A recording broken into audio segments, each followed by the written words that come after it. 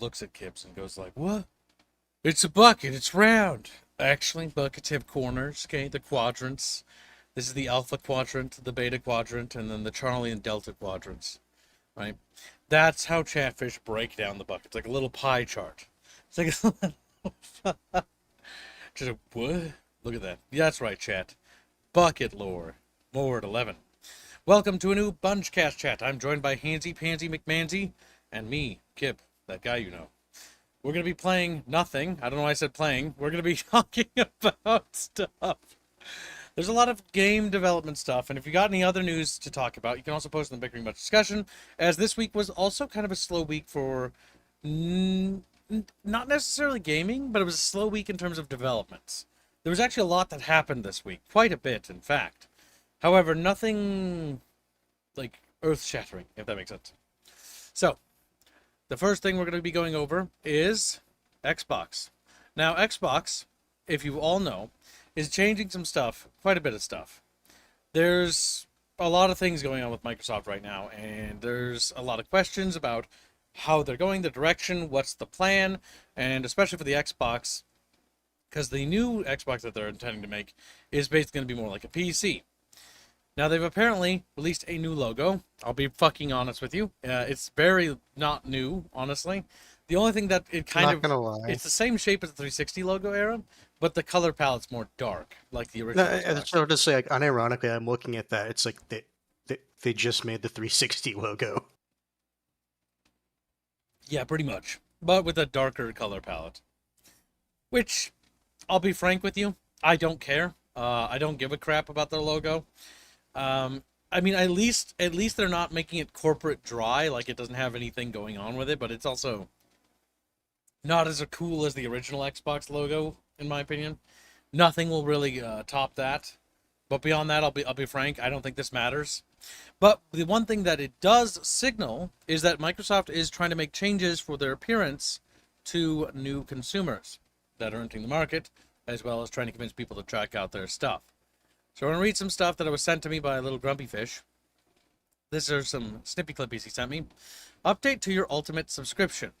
Today we're dropping the price of Game Pass Ultimate from $29.99, which remember they did raise the price a while back, to $22.99.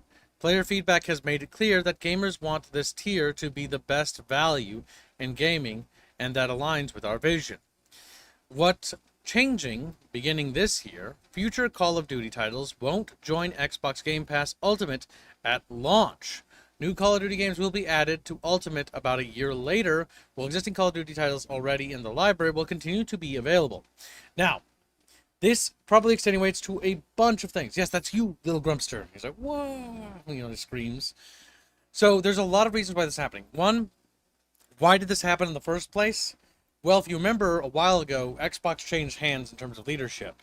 And so somebody wanted to raise the quarterlies, so they, basically changed stuff to raise the quarterlies, and then they jumped ship, right? I think a new lady, I can't remember her name, but she takes over, or whoever, takes over, inherits this, and sees that, well, that was great on the first quarterly, it's obviously going to have repercussions down the line. This is the problem with corporate structure, right? They're only thinking quarterly by quarterly, not thinking about long-term health of the company or corporation, or the relationship they have with their consumer base. The new person coming in has to think about some of this because they need to right the ship, because now it's at a bit of a list. And so in order to do that, they basically cut that price. However, one thing this also signifies before we read the next section is it's rather interesting to me because it corroborates our theory about what happened with Doom Dark Ages and Indiana Jones The Great Circle. Indiana Jones The Great Circle and Doom Dark Ages are not by any stretch of the imagination bad games. They're actually more than serviceable games. However, they're both $70. I'll be frank with you, that's not worth the cost of entry. $70 is steep. And so they were trying to push people over to the Game Pass. Now, the problem with this method, by the way, is that those games, both of those games will be incredibly harmed by that. Because the Game Pass, fundamentally, is good for a couple of things. I personally don't like it, but if you use it, there's a valid reason for it. One, if you're a family man. If you got kids and stuff like that, the Game Pass is easy because guess what? Then they have access to a huge library of shit. Bada bing, bada bam, right? It's sort of like a fire and forget missile. You don't have to really think about it. And that's neat. And it also is one of those things where if you're not able to like get really interested in gaming and you want to just sample things, like that's fine. And if you're not too concerned about keeping those games, that's fine. If you're like me, however, this is not necessarily the best value because I am a collector. I like to collect video games. My hobby and my passion and my soul has been dedicated to video games for my entire life and will be probably till the day I die. And that's just how it is. I love video games, and that fire has never diminished for me. Not at any point in my life. In fact, it's only grown stronger as time has gone on. And so for me, it's not a value for me because $30 a month for something that I was going to buy anyways isn't going to change much. And honestly, I'm a big fan of the 2-hour refund policy from Steam. So if there's games like aka Masters of Albion, which we played this week, I'll just get my money back after 2 hours and be like, yeah, no, I don't want that. And you know what? Steam, to their credit, good shout out to them. I played about 3 hours of that game and to give it a real good chance, but the tutorial was very long. And I was honest in my review, I haven't written a review yet. I should. In your request for in my request, I said explicitly why. I was like, it took a long time to get the tutorial for me to really figure out that I didn't like this game. And it was rather long. And Steam is pretty understanding, and they actually gave me my money back, which I later then spent on Sudden Strike 5, which I actually like that game. However, that game has its own problems, and we'll talk about that in a bit. But yeah, so it was rather interesting. But yeah, so you can see here that the Xbox wins are going to change back and forth. Remember, because of corporate leadership and quarterlies, expect that to shift, especially when somebody's doing a golden parachute where they're jumping off a company and moving to another company, like that other guy. The term is springboard. Yeah. He did that. He entirely raised the prices entirely to basically springboard himself over to another thing. Because it made himself look good in the quarterlies, and the new person that's in charge is looking at this and going like, oh my god, this is a mess. I gotta clean this up. People aren't happy. I've always found funny about these massive subscription plans for games. It's one of the weird things where, unironically, as a consumer, it's a better deal for you than it is for the companies. Yes. You raise a good point here. As a studio, like as Battle Damage Studios, as the director of Battle Damage Studios, the Game Pass is a terrible deal for me as a business because that's not entirely true. There's a couple of things you can do here.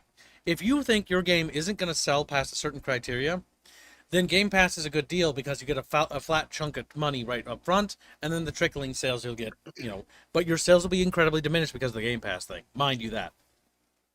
For me, I believe in what I'm producing. I think what I'm making is absolute fire, and I think that I'm going to actually change the world with what I'm making. Now, do I actually, yeah, no, I do believe that. Maybe it's derangement. I've worked on this project for so long, but I genuinely believe what I'm working on. I think it's genuinely something that is going to shock the world and going to be good and going to be a fun game.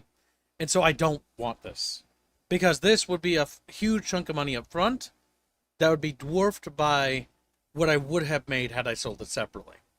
And it's really bad. And I believe in what I'm working on. And because I do, I want nothing to do with this. Period. I want nothing to do with the Game Pass. Because I believe my game will easily eclipse whatever Microsoft can give me.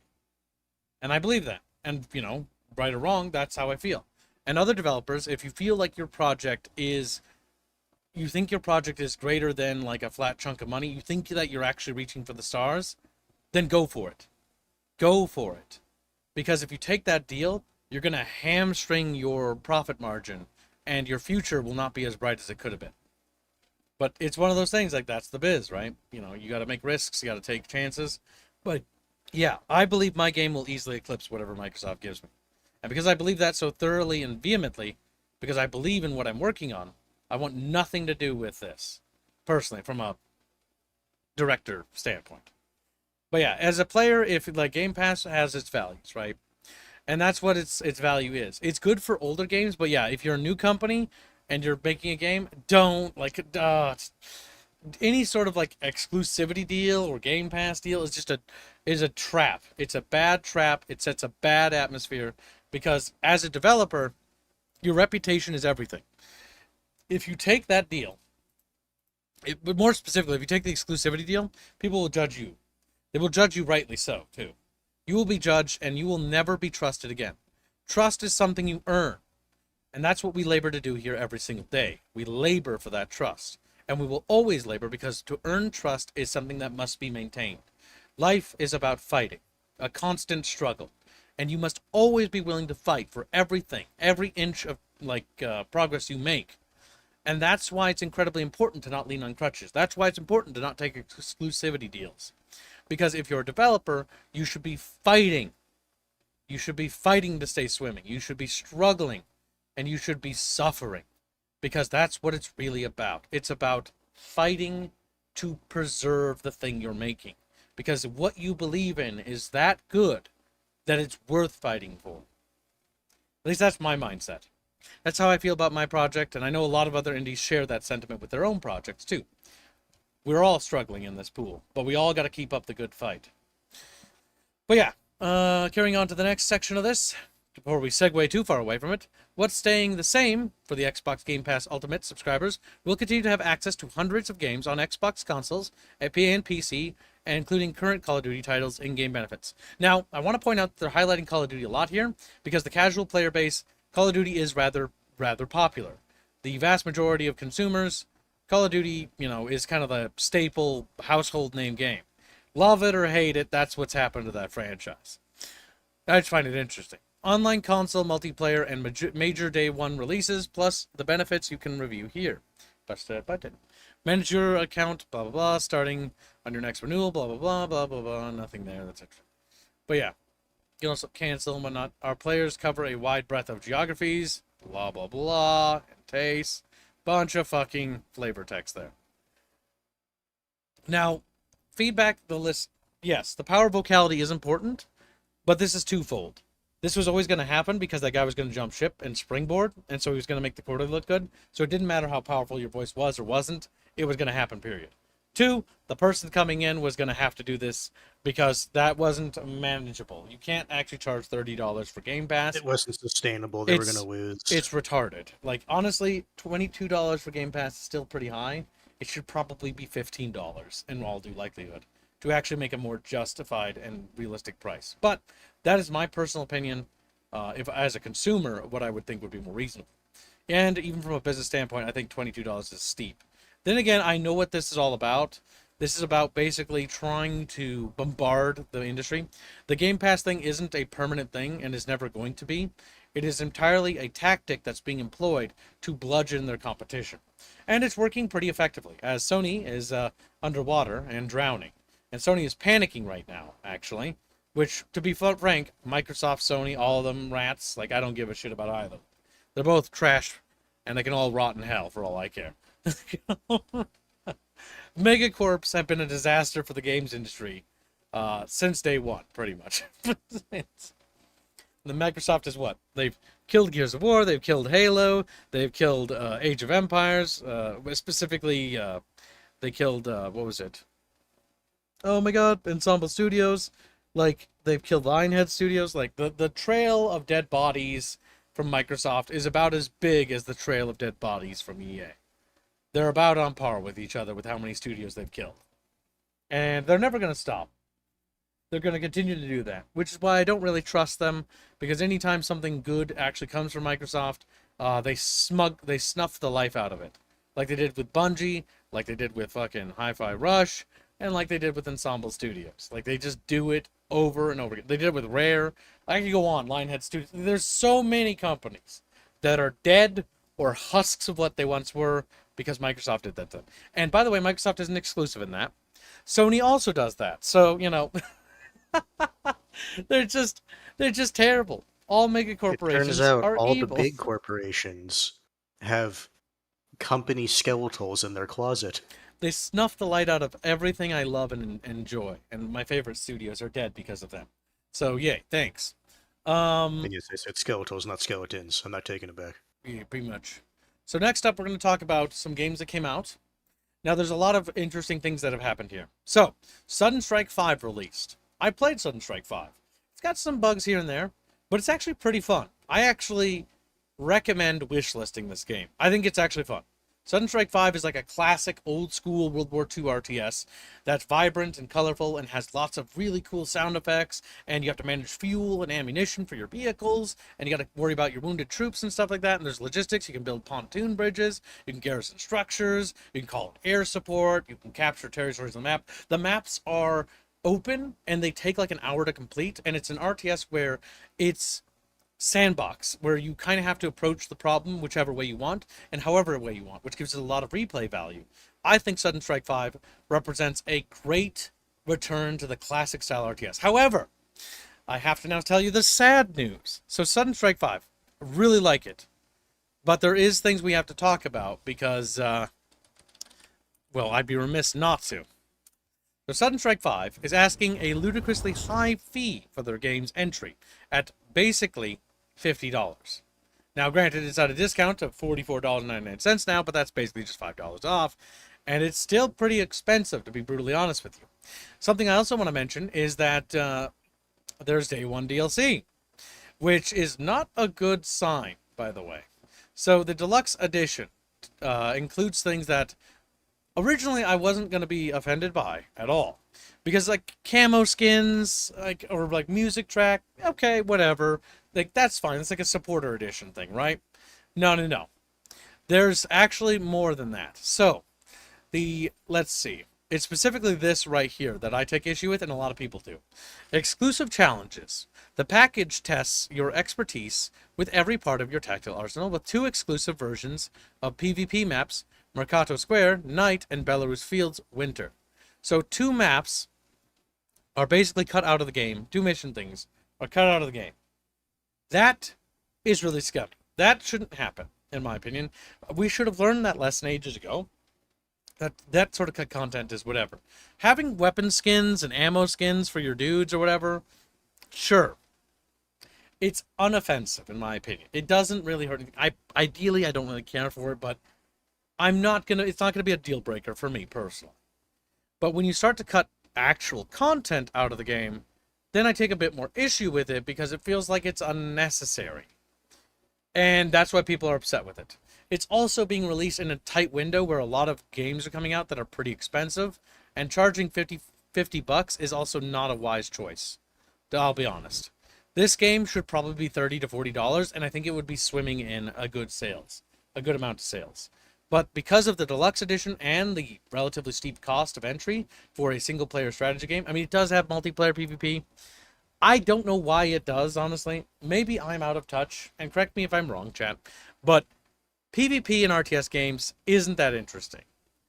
It can be somewhat okay in some games, but in Sudden Strike, it just feels like, why do you have PvP? Why don't you have co-op? That would have been a better choice. The other thing that I think will help with time, because this also happened with their previous title, which was Sudden Strike 4, which did not launch particularly well initially. Now, granted, Sudden Strike 4 is cheaper, and it is older. It's only $20, but it does have some DLC. And I will point out that Calypso's reputation is not doing particularly well, because Calypso is the publisher, and now we need to look at the publisher, because this is connected. Now, this matters because Calypso is working on a new game, which you might be familiar with, which is called Tropico 7, which is slated to come out later this year. Might be great, might be good, might be trash, but I'm going to point out that, Tropico 6 has a lot of DLC as far as I remember. I'm going to check just to double check. I don't remember.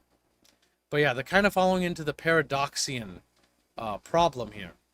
As you can see, as we have, $132 worth of DLC when the game's base cost of entry is $40. Now, bear in mind, Tropico 6 is relatively well received, actually. It's very high, and it has established a very good market. But there is DLC fatigue, and people kind of want their games to be a little bit more complete. And when you launch a game with Day 1 DLC, it really doesn't feel good. It leaves a bad taste in your mouth. It doesn't feel good. It's honestly, my recommendation to Calypso and Kite Games would be to reverse the DLC policy, issue an apology, lower the cost of the game to like $40, drop it by 10, I'll be reasonable. And then if you're not going to just turn the deluxe edition stuff into base game content and then offer something for the deluxe purchasers that's just cosmetic and as a supplement, then the alternative is a free expansion that will help this. A great example would be, let's pick something that people would like. Pacific Theater. There you go. Or maybe if you don't want to do so much stuff with new art assets because it's expensive, perhaps expand the North African desert campaign with like a more expanded North Africa campaign. There you go. Or alternatively, give like an extensive Normandy campaign that adds both the landing operations as well as the air operations, as well as you can go to Operation Market Garden as well. You're not having to make a huge ton of new assets because you have the Shermans on the ship modeled already. All you got to do is pretty much just make the missions and like the lowlands regions and stuff like that. And I think people will be pretty happy with that, all things considered. That's just my recommendation to rectify this. I think the game is good. I think it's worth picking up. I think if you like strategy games and you like old school strategy games like Blitzkrieg, you will like this game, Sudden Strike 5. However, it's probably a wishlist game. I will say that it's very meaty. It's got a lot of good amount of content. I don't feel as bad about my purchase though. I'll be real, because I recently had to pay like $80 for multiple games, and I'm kind of numb to being fucked over that much. So it didn't feel as bad, but I do get the complaints people have. That doesn't assuage what's wrong with this game. I'm just saying, it's why it took me a while to like feel it out again. Because after you pay $80 for a game for like early access for something, man, as a YouTuber, I'll tell you, man, it changes you. It's not a pleasant experience. But yeah, I think Sudden Strike 5, definitely for you RTS enjoyers who like real-time tactics, good game, worth picking up. Maybe go try Sudden Strike 4 and give that one a shot and see if you like that. While the other, because that one's pretty cheap. It's like only $20 to try that one. Significantly cheaper. Granted, Sudden Strike 4 plays a bit different. This is, I think 5 has a better macro feeling. It feels much more large scale. I like it quite a bit. I'm going to be definitely playing more of it. I can't wait to play more of it. But yeah, I just figured I'd warn you guys on that note. So that's how I kind of feel about it. Also, welcome to Stream Shmormoo. How you doing? Oh, He's tired. shmormooing. But What yeah, that feeling? you want to see, like, look at this, guys, right? So their peak concurrent player count happened a little bit ago at 972 players. For a new launch title, that's pretty bad. Even for like an obscure RTS, that's not particularly good numbers. So I do think they're gonna have to rectify this. There are things to fix this bad launch, but they're gonna need to do it fast. Calypso, you can't mull around on this one. You're gonna need to be expedient. You're gonna need to issue a statement to make a game plan and show some competency there. Have a board meeting or whatever the fuck you gotta do, but get the ball moving. Because this game is good, and I think it deserves a chance. But bad business practices set this game up for a little bit of a very hard start.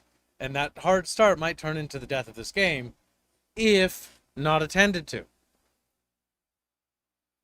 But yeah. Unfortunately, that's the case with more obscure games. A lot of times the publisher or developer or whomever, depending on who's publishing it, won't really care about actual sales. They just want to push it out the door, and that's it. And they'll just kind of let it flounder, even if it does have the chance to be very, very good.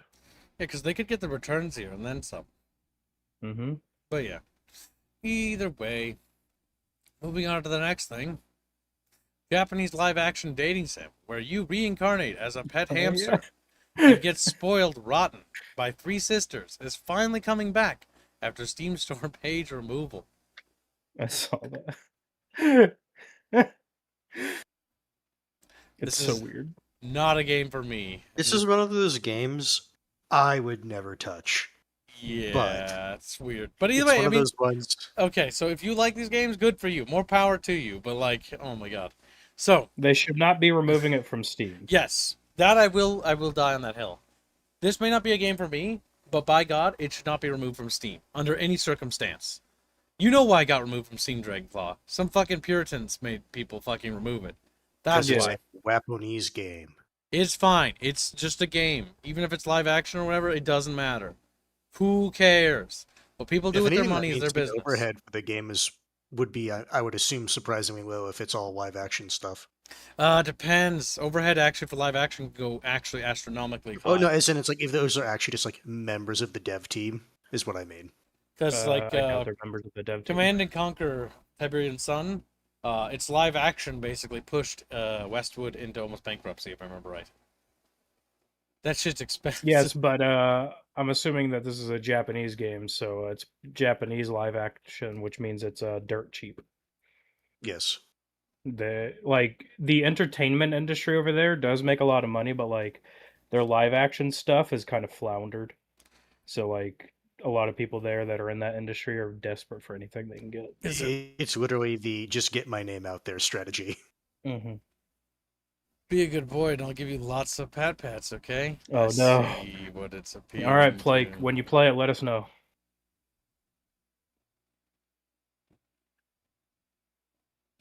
Or Indio. Quite fucking It's probably an gross. Indio game too. Either way, if you like this kind of thing, good for you.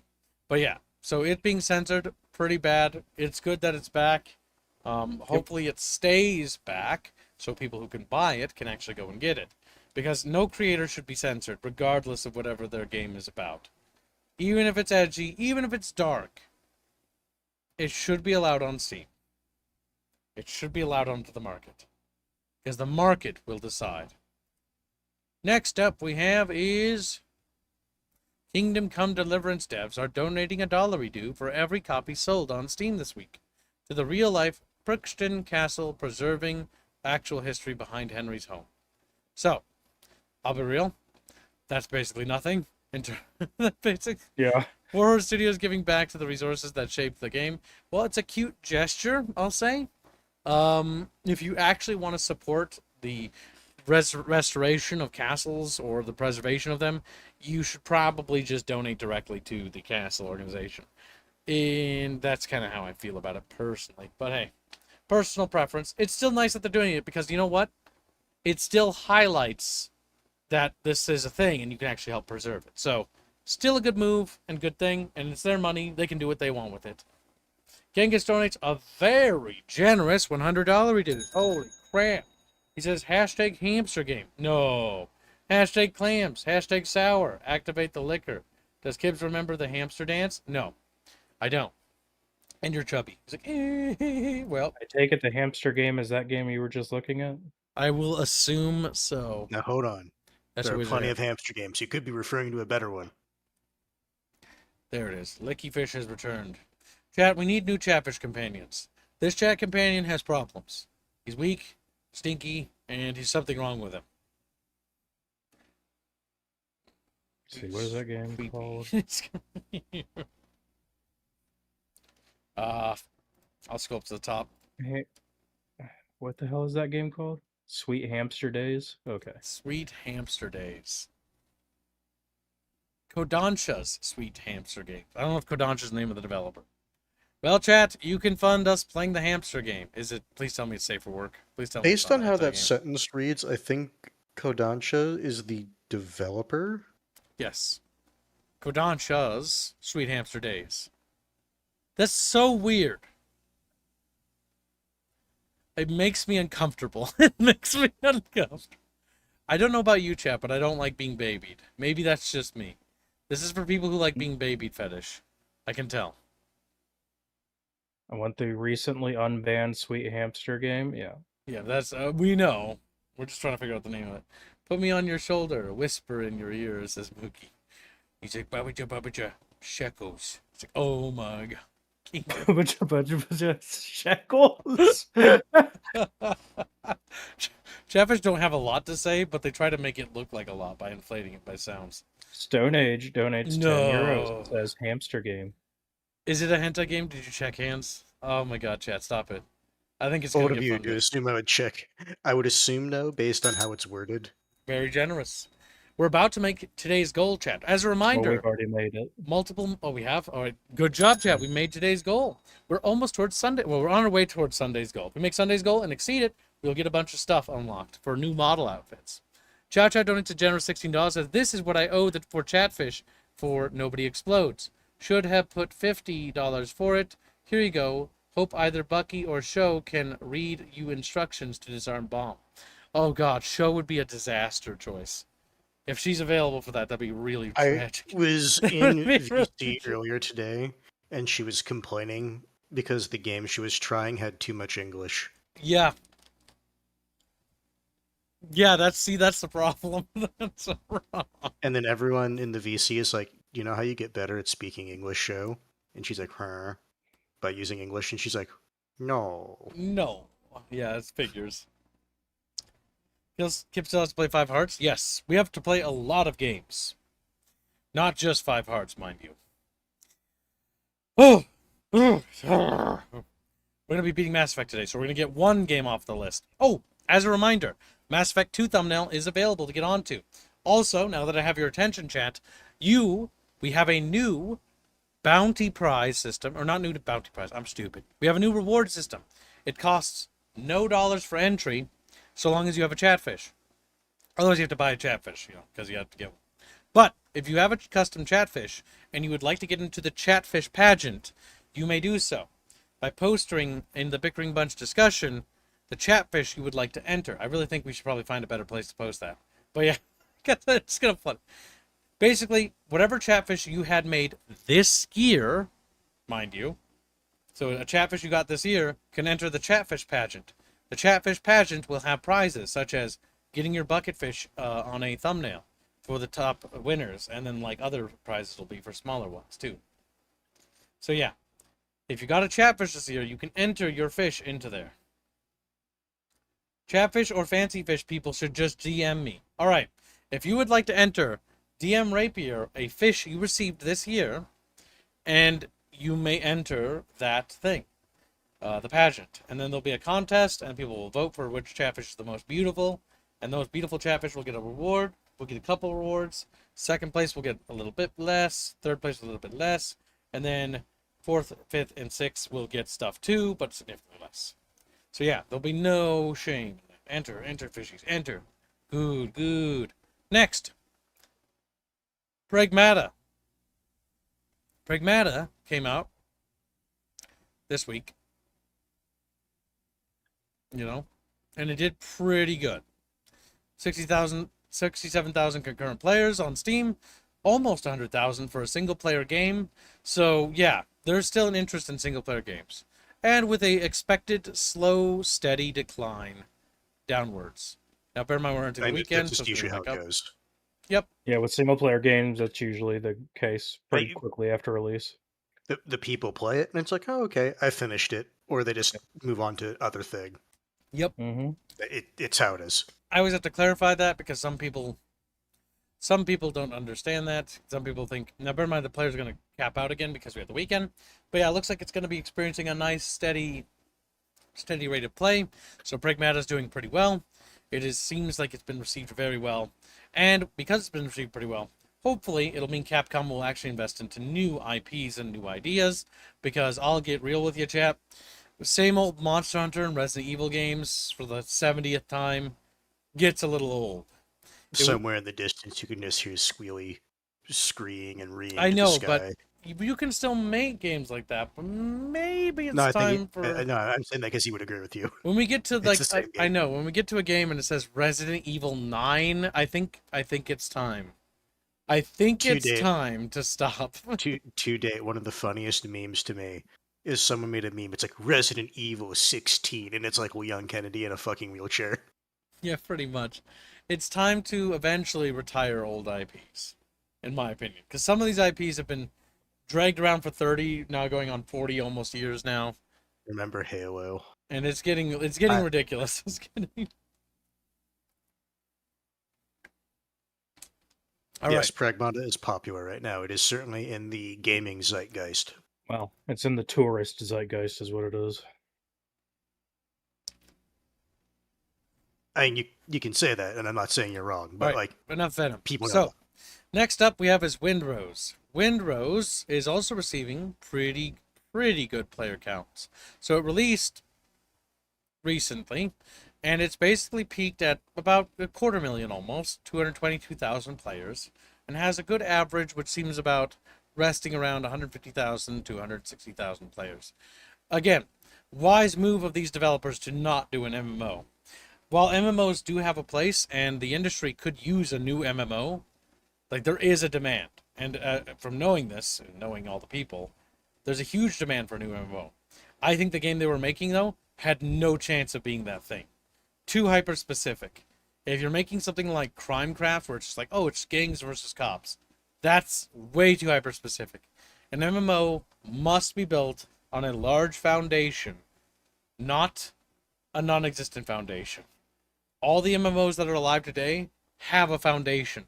Final Fantasy, World of Warcraft, fucking goddamn my brain, Lord of the Rings Online, Star Wars The Old Republic Online, Star Trek Online.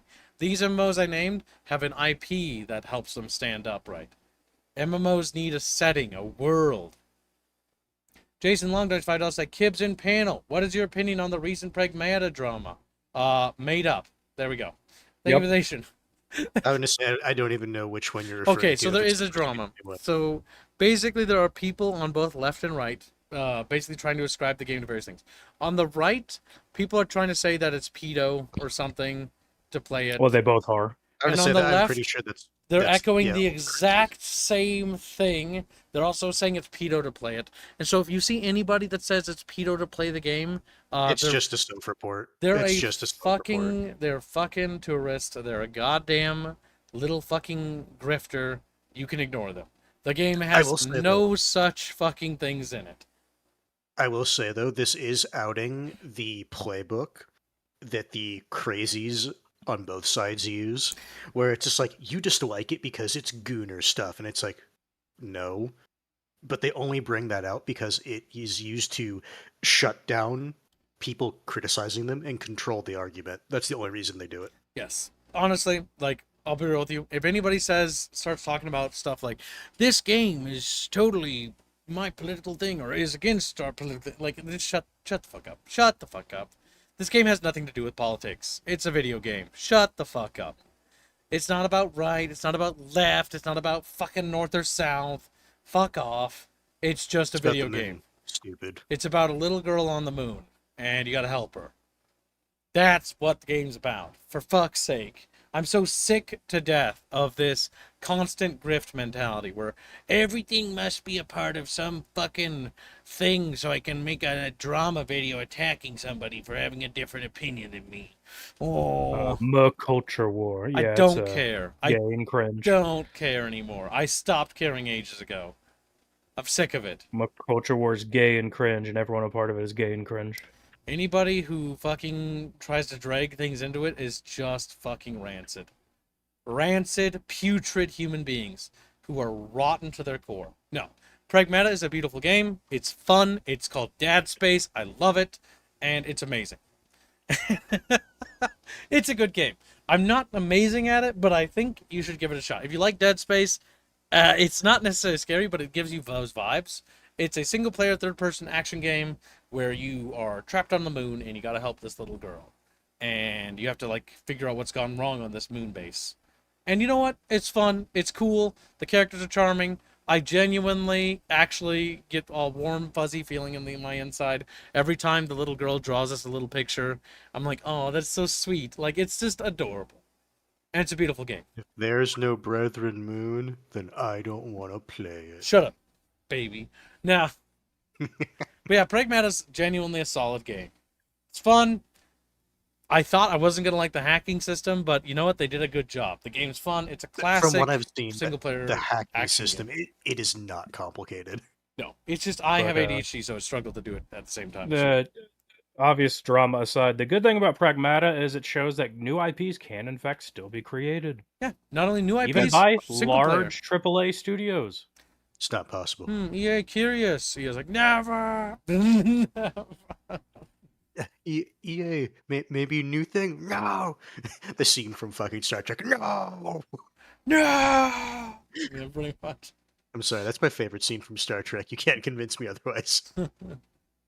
Without context, it's even funnier. Content creators are becoming cancerous. They were tolerable. What? I mean, grifters are always grifters. Never judge an entire group based on a few people, right? That's why I said the crazies on both sides are... Yeah. They're both stupid. The people who are trying to ascribe this to a political game, it's not. Like, it's so stupid. I'm genuinely sick to death of this. Like, we gotta have culture war bullshit every 5 fucking minutes. Like, you're honestly rancid. Shut the fuck up. I don't want to hear about it. I just want to play video games. I just want to play video games and look at the video game as a video game rather than hearing about you talk about how it's pedophilia or something. Like, it's just weird. It's weird, it's creepy, it doesn't make any sense, and honestly, I don't know why we're bringing it up. The game's a wholesome game. It's basically like a dad. It's literally called Dad Space, as like a meme amongst the community. It's about a dude who basically becomes an adoptive father for a poor little girl who's, you know, technically a machine, but, you know, whatever. And like, Technically a machine. Or But- multi-trillion technically dollar it's a machine, but at the android. same time, it's not really a machine. Like, it's very much a No. child. Like, No, narratively, it's a machine, but it's yeah, a, I it's would a, say like it's a kid. in universe, it is technically an android, but like story-wise, it's a kid. Yeah, there's no politics. There's no left or right leaning politics in that game. Anybody who says otherwise should, you know, face the wall and shut the fuck up. Shut the fuck up, because I'm so sick of this shit. I'm just sick of it. I'm done. I played enough woke games to live a lifetime. I've seen enough grifters try to drag everything down around them. I just don't want to deal with it anymore. I'm done. I'm done. All right. Next up, we have Ass Creed. Black Flag. So we're going to look at the trailer. Let's just take a look at it and see what the trailer has to say about it. Now, it's a Ubisoft game. It's a Ubisoft game of the one Assassin's Creed game that I actually really like, but I'll also be completely honest with you. It's a terrible Assassin's Creed game, but it's actually not a bad game. Now, for this game, I don't know. This is a remaster, so I don't even know. They're changing stuff. Some stuff artistically looks worse in certain areas. Some things look better in other areas. It's already kind of striking me as what we call that mixed bag of raisinets with, like, you know, trail mix or whatever. And I hate raisins. So, you know, it's going to be probably a mixed bag. But it might be good. Who knows? But we'll see. Let's look at the trailer.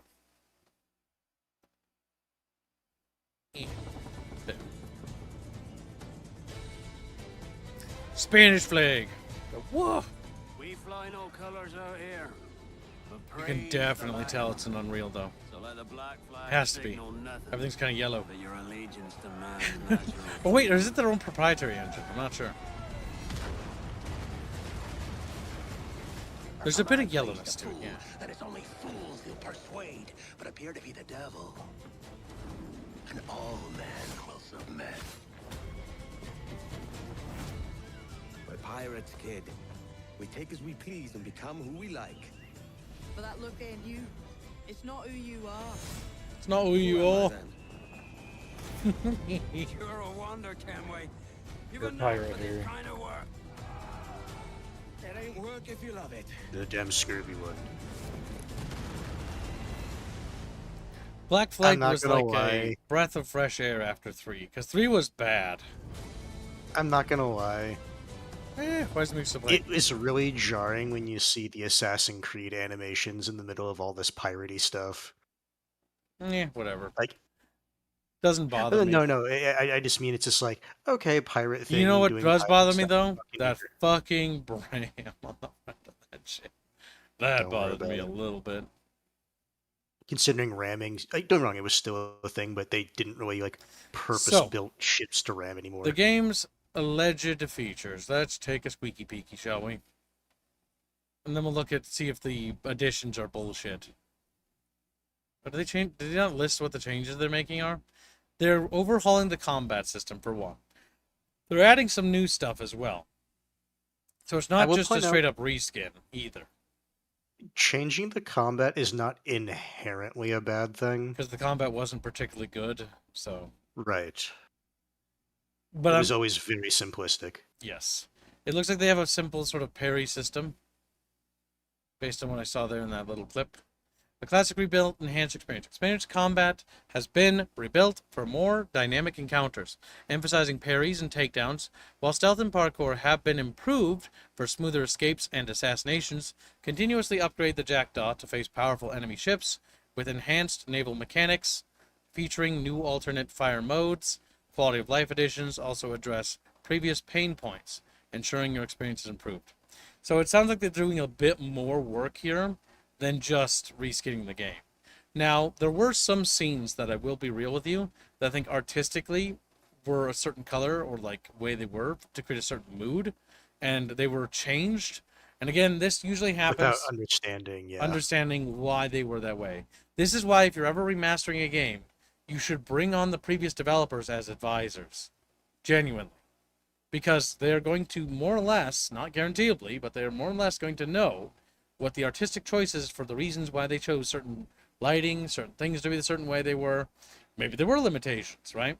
But you also have to remember that sometimes limitations define an art style. For example, low-res art for like Super Nintendos and Sega Genesis crap, that was originally not an art style when it first started. Not at least officially, right? Even though it was technically. The thing is that it became an art style over time because it became its own technique due to the limitations of the technology they had available at the time. In the same vein that chiptune became its own music style. Whether you love it, whether you hate it, is irrelevant. The only thing that does matter is it became its own style of music. Subjectivity is not important. Objectivity is paramount. The pirate fights and pirate ship combat was the best part of AC Black Flag, says Jason Long. Yeah, it was genuinely fun.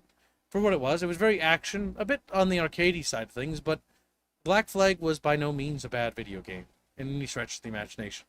The only thing I think it really had as issues is it had some clunkiness to it that was not necessarily charming for the era when it came to climbing or grabbing things. Assassin's Creed usually had as issues.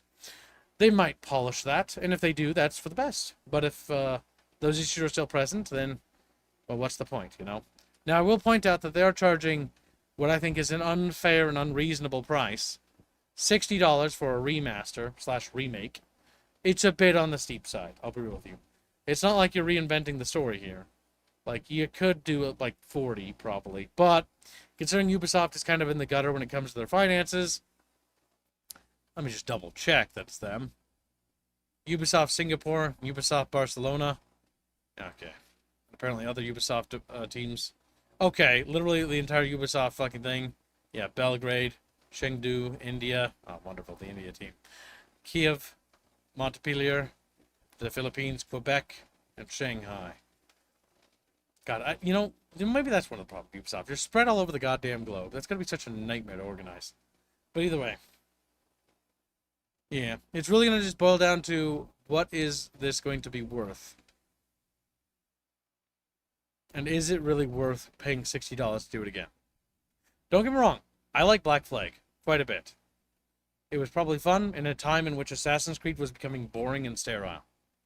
Black Flag offered a lot of refreshing takes on the overall setting, and to be honest, drifted away from the Assassins thing, which people at that point were very fatigued by. It was very, yeah, it was very out there. It's like they really should have just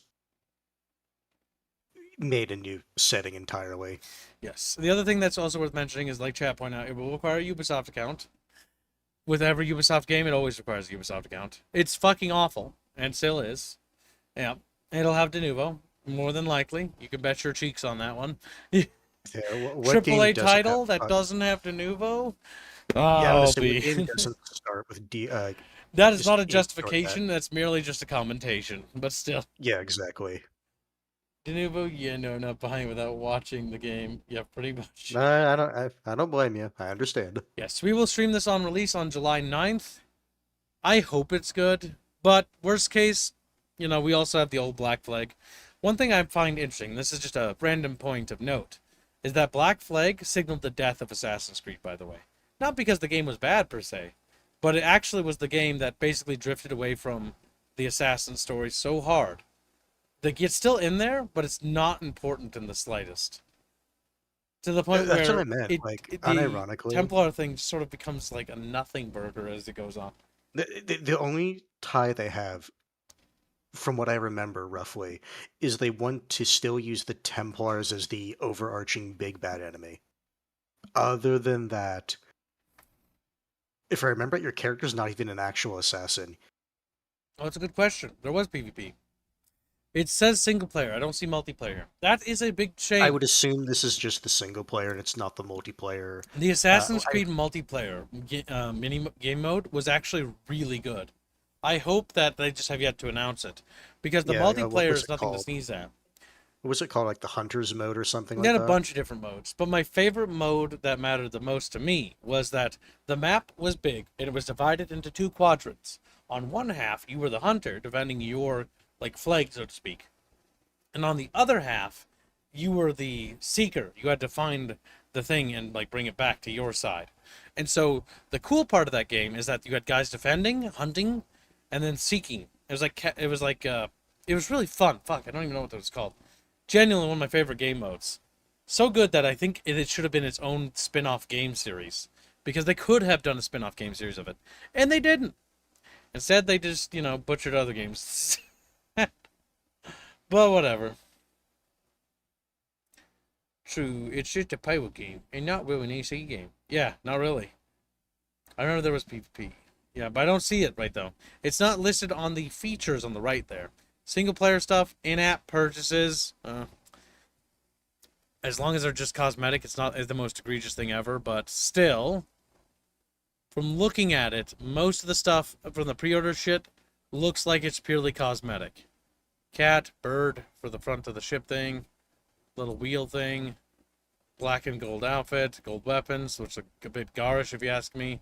The pre-order bonus also looks a little bit retarded. Very one-note color palette-wise, but yeah. It just looks like it's like British Officer, but even more red. But it's a Blackbeard themed costume, because even it has the little lit, like, hair things. No, I understand that. I'm just saying the color palette to me immediately looks like just a British Officer thing, but more red. But yeah. We'll have to find out. It's not terribly far away, July 9th, so that's coming up in the near future, chat. So we'll have to find out then. Next up we have is Far Far West. Far Far West is slated April 28th of this month. 3 days, Chatfish. 3 days and this comes out. This game looks to be very good. From the demo we played, it was actually pretty spectacular. Yep. I think I was out doing work when you were doing this, so I didn't get to see. So you're like, what, robot cowboys type thing? Yep. Yep, it's an extraction shooter. Basically, there's huge open world areas. You run around, and there's like a bunch of POIs you have to do, and objectives, and then you have to flee the map and extract. But it's actually pretty well made. A lot of soul, the great music, a really good art style, and very fun gameplay. Genuinely going to give Helldivers a run for its money in terms of actually having really good extraction shooter competition now. Because I know Arc Raiders is an extraction shooter, but I'll be real with you. Arc Raiders is a completely different subset genre. It's not even the same game. It's more like a battle royale. Isn't Arc Raiders more like PvE? It's more PvP, PvE. It's a BR, Yep. basically. This Wow. is not. This is more PvE exclusively.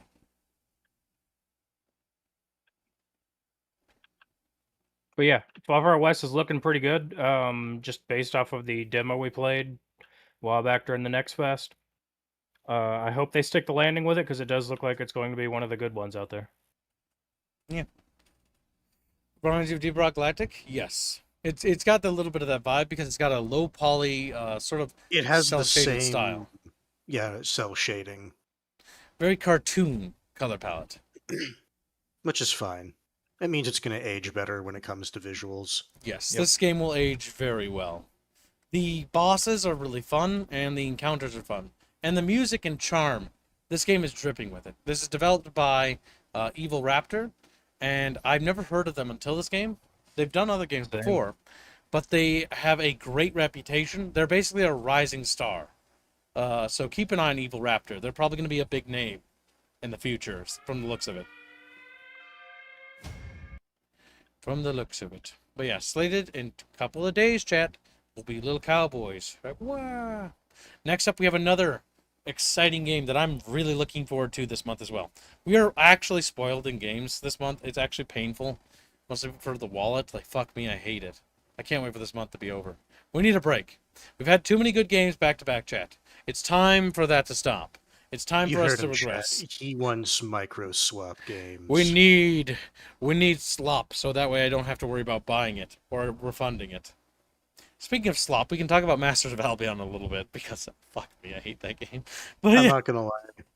I was like, on the job site, and I was looking at my phone because like we were in the middle of like a lunch break. I saw you were playing it. I looked like a couple hours later. He's like, he stopped playing it. It's probably not very good. Yeah, no, I got my money back, thankfully. I used that on Sudden Strike 5, which made me feel like I only spent $20 on it. Like I said, it poisoned my view of that purchase. So I feel very happy with it because I already wrote that $20 off as a loss, or $30 or whatever it was for loss.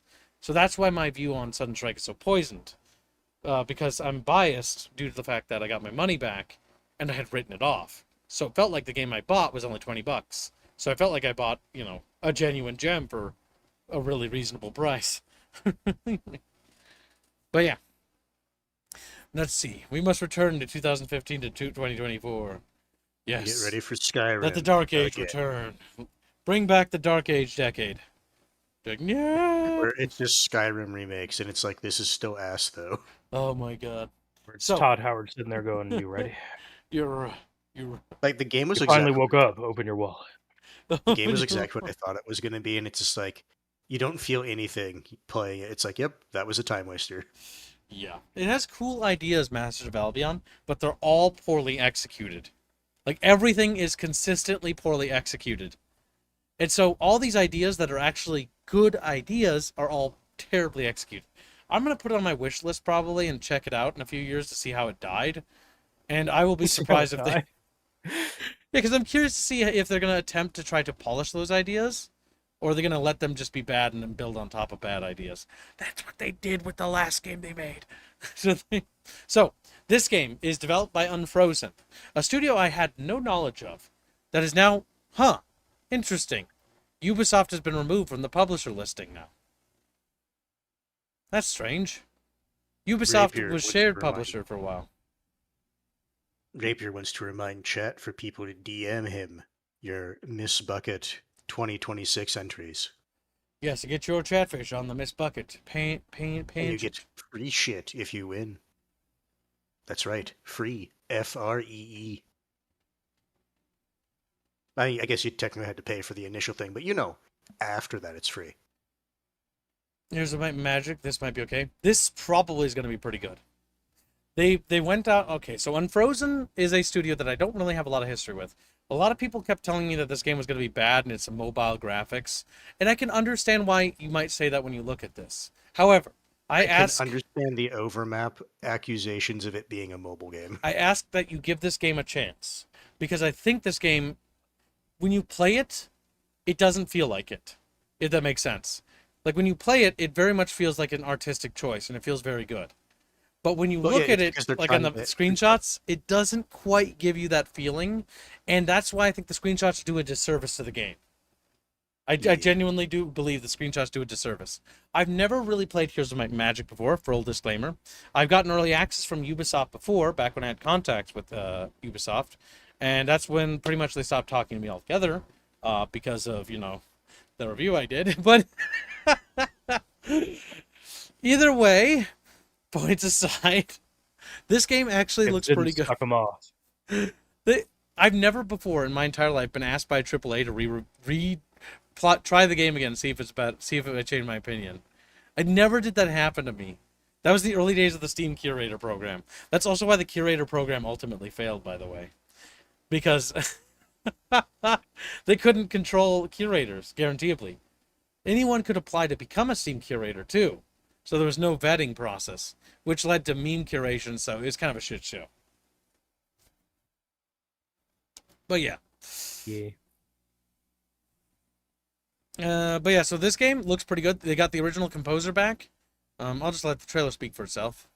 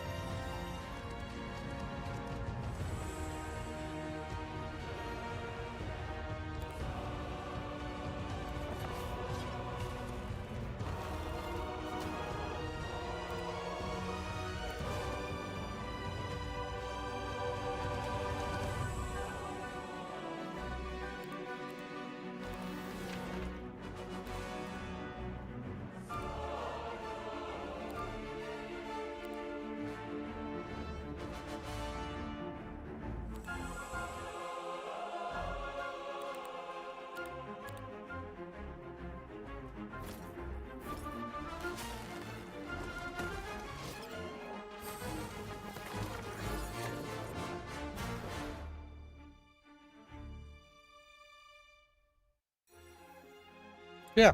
By the way, if you're curious about the game, it actually they moved the demo. What?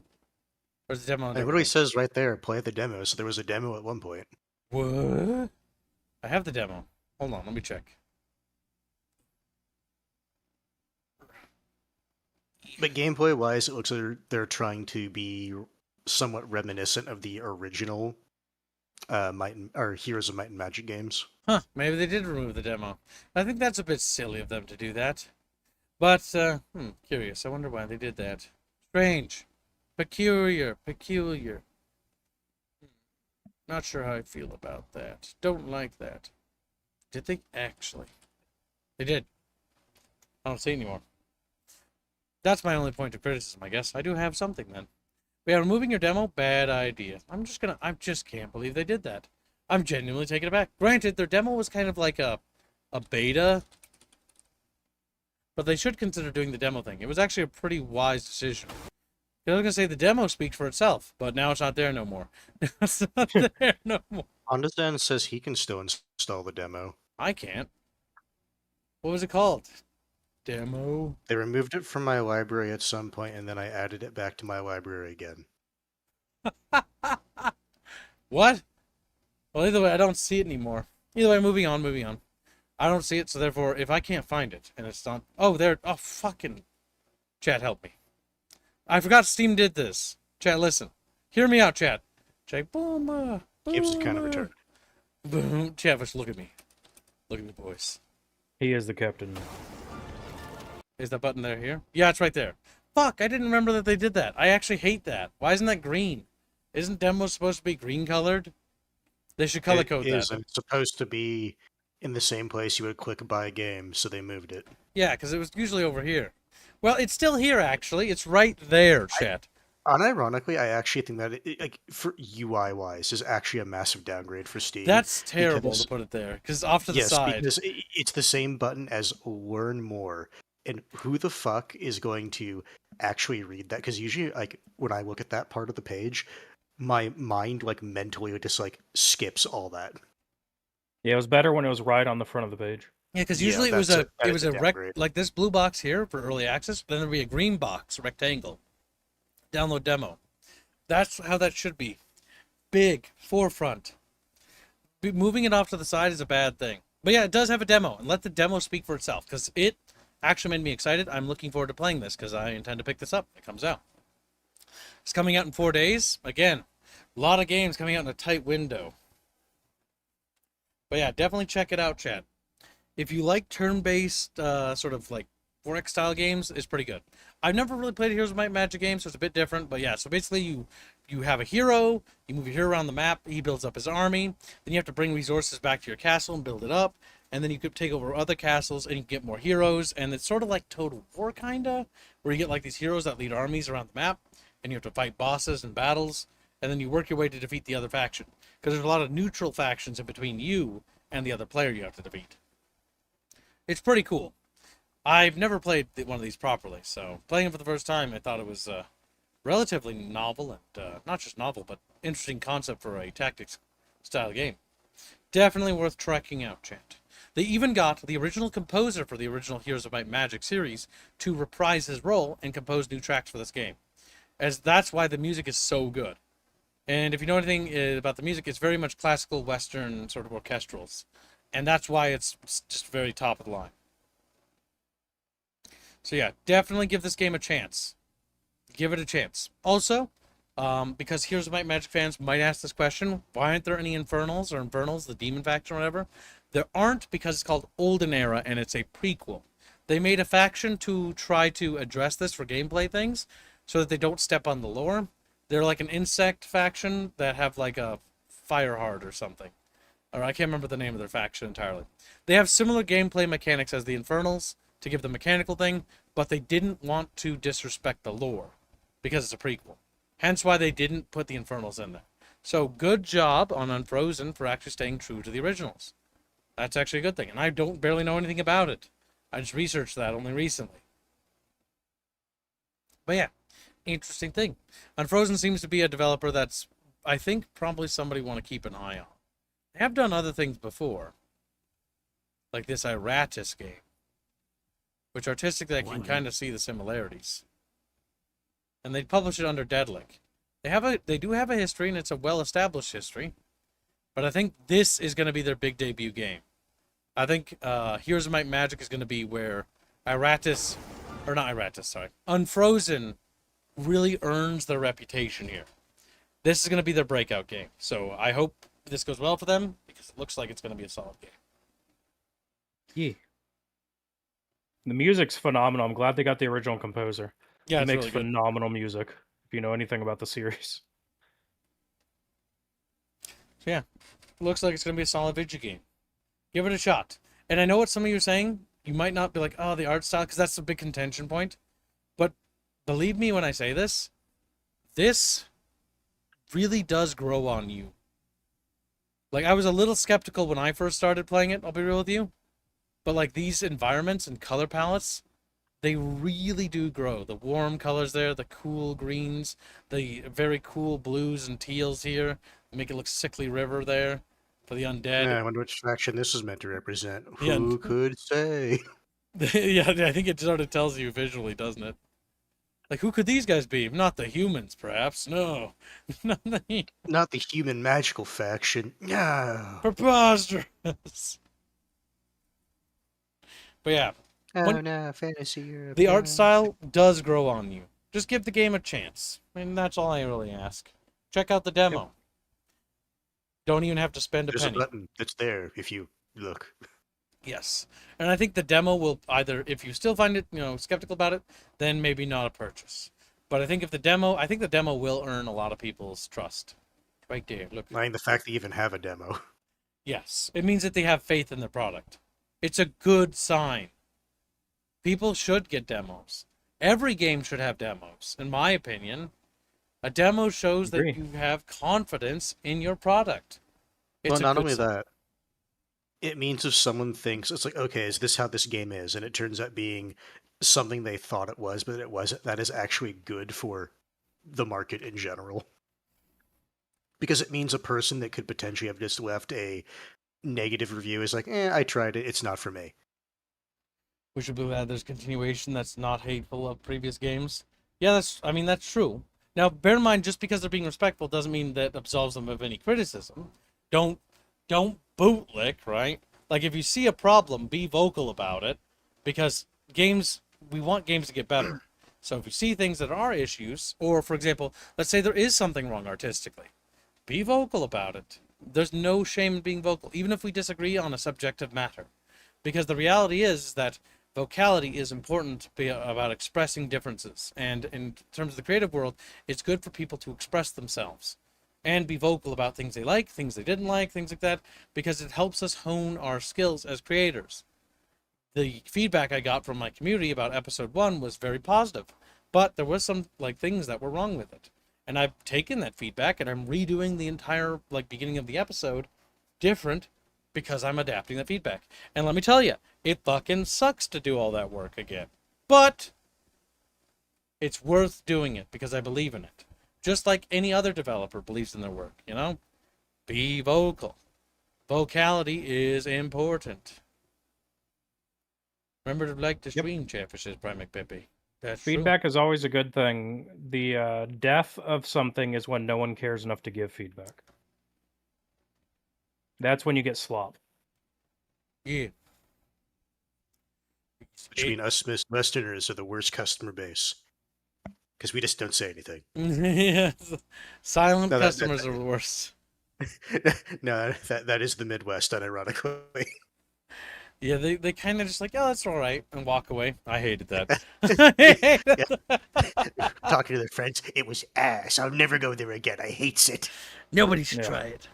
That is true. Midwesterners have a problem with being too nice up front, and then they waddle away, and they're like, fuck, that was terrible. Fuck, oh my god, oh, Jesus Christ, I hope I never do that again. I never do that again. No. It's even worse. It's not being too nice. It's just like you want to move on with your day, so you just give a neutral statement. Yeah. That's also true. You also get slop when you don't allow criticism. Yes, criticism is important. Vocality is important. Just like I expect you guys, when you play the tabletop test for the war game and our video game, to be vocal little pieces of shit, or I'll strangle you to death. Just start strangling them. Vocality is important. Never miss that point. Because we can only get better products. And yeah, does it suck? Because, like, if anybody's a developer out there, 'cause some of you in my audience are indie devs. I know you. Because you send me your project stuff, and it looks good. Some of the stuff, one of you have gotten back to me, but I would actually try that as soon as you're ready. But yeah, so, like, when it comes to your stuff, remember that it's okay to get, like, feedback. And, like, yeah, it's, like, I know you might be, like, bent out of shape, like, oh my god, that's so much work, you know? But it's worth doing it. Like, for example, you know what I'm redoing? I'm redoing the entire narration of episode 1. It's like 48 minutes long. And you know what that means? It takes 3 hours to get like 6 lines or 6 paragraphs properly. Like, it's not even that. It takes like 2 hours to do like several paragraphs and like a page. Because I've been like trying to get better and better at narration. I told Robin while he's coaching me to basically be like, if there's any time, like, you see it sounds bad, we're redoing it. It sounds really good, except for that one part. All right, we're redoing it. Doesn't matter. That part was bad. The whole thing goes in the trash. We're doing it again. And it sucks so much. It's why I had to take a minute to start the stream, because my voice was like a little hoarse from all the reading. But yeah, so, like, the reality is, that might suck. But it's better that you put in the effort and you do it again to make it as good as it can be. And you know what? If it turns out like another episode has a similar thing where it's like, oh, it's really good, but like they slipped on that part thing. Well, that just means I have to go redo it. That's just how it has to be. No excuses. Doesn't matter if I go insane. We're going to keep redoing it over and over again until it's perfect repetitionally. Because that is what we do. We don't make mid-tier things. We make the best thing we can possibly do. Oh, fuck, help me. I hate it. I have to narrate every single morning for the rest of my conceivable life, chat.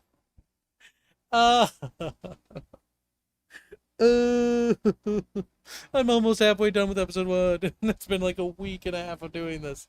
And it's like, the first few days weren't so bad. But now I'm at the weak point where I'm like, oh my god, gotta get up early and I'm just gonna read over and over and over again. But that's important. That's why vocality is important. Because I guarantee you what we're going to produce is going to be fucking spectacular. Because chat's going to help us make it great. How was Void Crew, asked Kazovic? We played it last night. It's actually better than Jump Space when it comes to its ship combat. Genuinely superior. It actually made me mad. You can talk to Chump about it, because we were playing Void Crew, and I'm like, how is this better than Jump Space? The one thing it doesn't do better is it has no ground combat. But because it doesn't have ground combat, the entire game is focused on its space combat. Yes. The only thing I'm annoyed about with the Void Crew. Oh, sure, I played the shit out of the alpha. I know, I'm thinking of the other game. But I do remember playing Void Crew a little bit. It's still really fun. Yeah, Void Crew is surprisingly good. Like, I was genuinely, like, I was a bit dismissive because I'm like, Jump Space is going to probably be better than that. Jump Space is better in certain areas, but it's also weaker in other areas. And that might change with time. But, like, the internals of managing the ship, there's so much more to do. Like, you have to maintenance things, like, things break and whatnot. It's a bit more like Barotrauma in space. It was weird. I was surprised how good this was. They can't be Barotrauma in space. We haven't restarted 50 times for mods. What are you talking about? No, I'm not going to let that go. When I run things, we run things perfectly. That's a lie. It's not a lie. We don't run perfectly. It's closer to the truth, but it's not entirely true. Yes. We do a better job of running things than anybody else, that's for sure. When we're in charge, like, things get done. That's why it's better. It's better that we're in charge. We know better. We're smarter. Hold the fuck up. Did you just say it's better now? Wait, Jump Space is won by Explivs, was it? I can't remember. I don't think so. But yeah, this is Void Crew. Void Crew's pretty good. It's mostly focused on ship combat and being a crew on the inside and running the ship. And then you have Jump Space, which is also not a bad game, by the way. It's actually pretty good. I want to play this more. But I'm letting them cook it a little bit longer. When are they adding the next ship, damn it? I would say the issue with the Jump Space, right, compared to Void Crew, Jump Space is having to juggle more types of combat. And so because of that, they have to make everything serviceable instead of really focusing on one thing. Yes. It's also, instead of 6 players, it's 4 people. And it also feels like the ship doesn't have enough stuff for 4 people to do when you have 4 people on the ship. And not only that, people that know what they're doing. Because at a certain point, like an additional person is just redundant and they're just kind of there. Yeah. It feels like the game works best with 3 people, which is weird. But it's like, it's weird. It's weird. I like it, though. I think Jump Space is fun. They're reworking that system. Like, this was bad, if I remember right. They're redoing that, because it was a bit too one-dimensional. Yeah, they were doing this update here.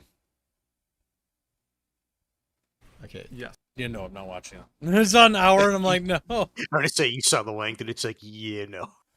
Yeah, basically, I wish they had a picture of it. Basically, like, spreading things out a little bit. Oh, well. They don't have a picture of it. But you can kind of see it in the thumbnail. If I open that up again, you can see it a little... Oh, there it is, right there. Yeah, that's the new, like, map table. So it's a little bit more like, okay, you can, like, bounce around a bit more, and then, like, the ships get closer. A bit more free choice. It kind of reminds me of, aesthetic-wise, of Helldivers a bit, where you go to the little board and you can look at all the different nodes and whatnot and where they go. Yeah. But yeah, this game's pretty good. Was there any other games we played this week that I feel like...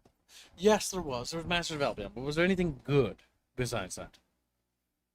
I don't think so. Alright, well, let's talk about the ugly elephant in the fucking room, shall we, and get it out of the way with. Also, if you have any things you'd like us to talk about today, put it in the Bickering Bunch discussions, as now is the time to do that. So today we're going to talk about Masters of fucking Albion as well, and just move on, and hopefully 400 people in game. That is genuinely surprising. It's horrible performance-wise for a game that's $20, by the way. Considering it came from Peter fucking Molyneux, but at the same time, it also came from Peter fucking Molyneux. Blake is bringing up PI Mouse.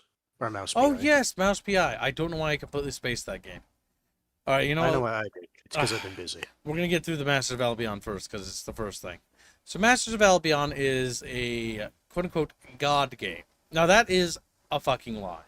It's a management game masquerading as a god game. It may look like you're a god, and you have, like, god things, and people do their own jobs. And they kind of do, but they kind of really don't. It's more of like you have to manually do stuff, and the gameplay loop consists of make thing during the day, and then make thing with production chain, and sit there and do that to get money, and then end day and fight a tower defense sort of like Dungeon Keeper thing, but without all the fun mechanics Dungeon Keeper has. You can also play as the hero if you want, but the combat is fucking unbearable. It's atrocious.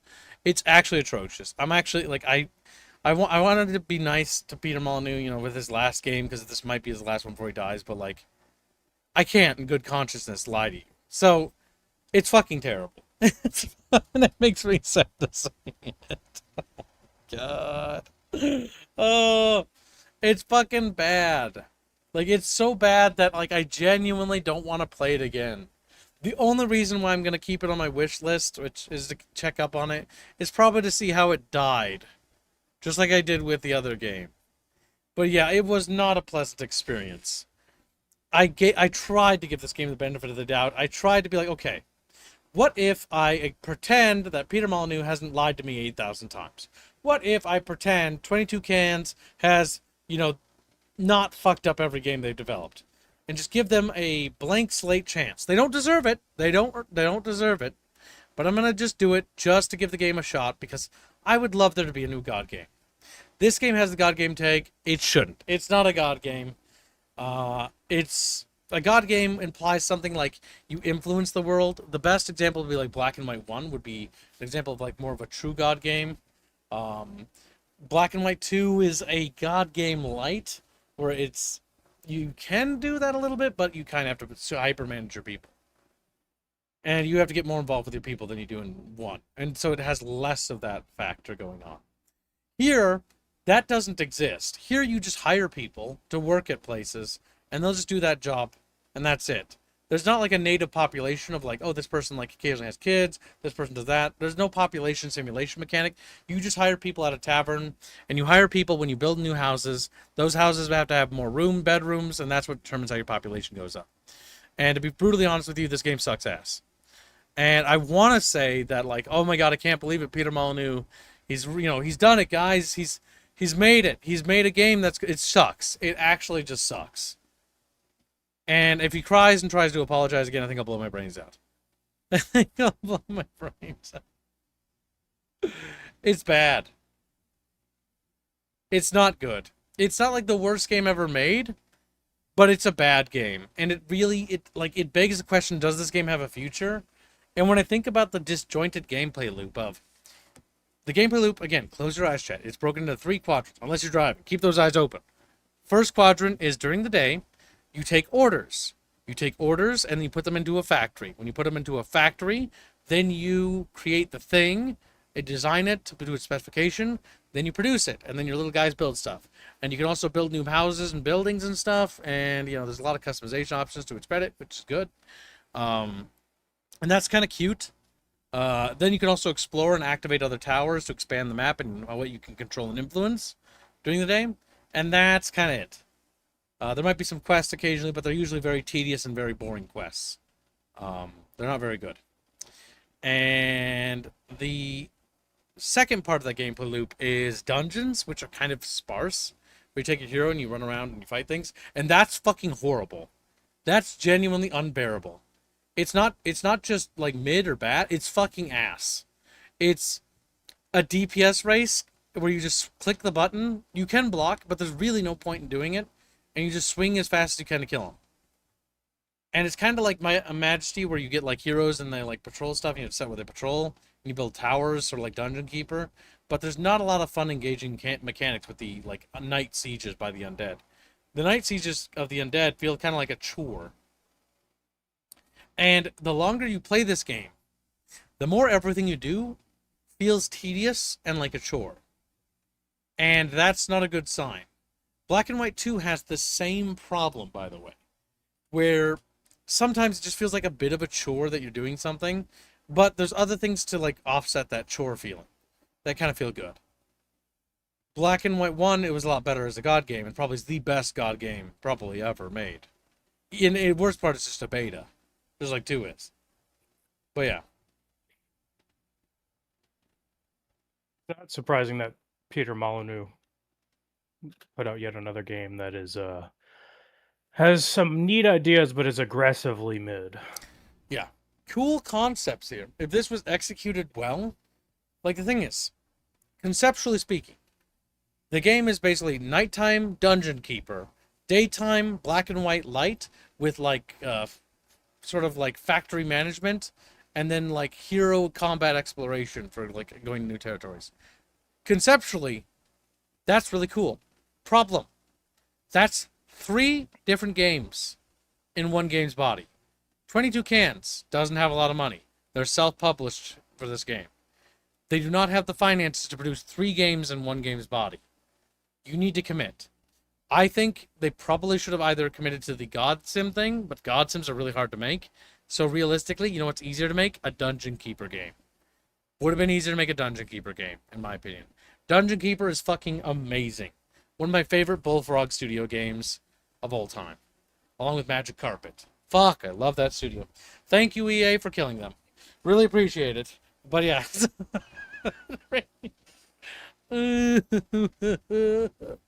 But yeah. I really want to like this game, but I fucking can't. It's just, it's a pain to play. It's actually painful.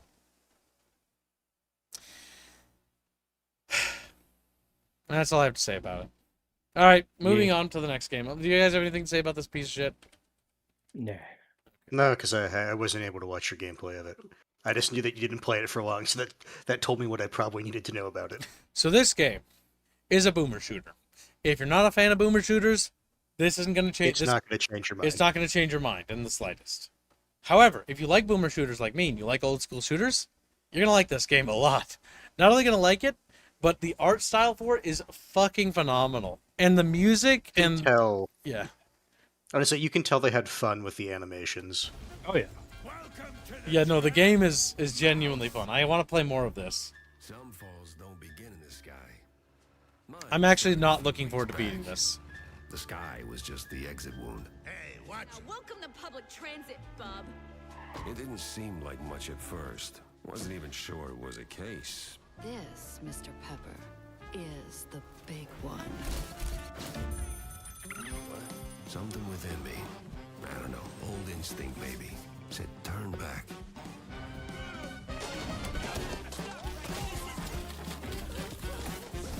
Get some solid evidence, and we'll get to the bottom of this in no time. This case was more trouble than it was worth. But, well, trouble is what I do. But yeah, pretty good game. The core gameplay loop pretty much is a boomer shooter. You go to a hub world, where you, like an overmap where you travel between points, and there's a hub world location, which is where your detective place is, and you can go there, you can get upgrades, and there's other characters to talk to and whatnot. And then the missions consist of going out, exploring, finding puzzle pieces and stuff like that. It's pretty easy to play, though. It's got a pretty much a magic pixie dust button. You do not have to press it. It's entirely optional. And because you can get a little mixed up in some of the levels, because some of them are a bit labyrinthian. Not too much, though, but they're a little bit. Because the maps get a little bit open-ended, and there's a lot of free choice in them. In some of them, with, like, approaches. Like the police station, when you have to break into the police station, there's, like, the direct approach. There's, like, 2 side approaches, one through a vent, and one through, like, the garbage section, or the disposal section. Which is interesting. But yeah, pretty fun game all in all, I think. Definitely worth checking out. Not a whole lot to say. There's nothing particularly doesn't really break the mold, per se, when it comes to boomer shooters.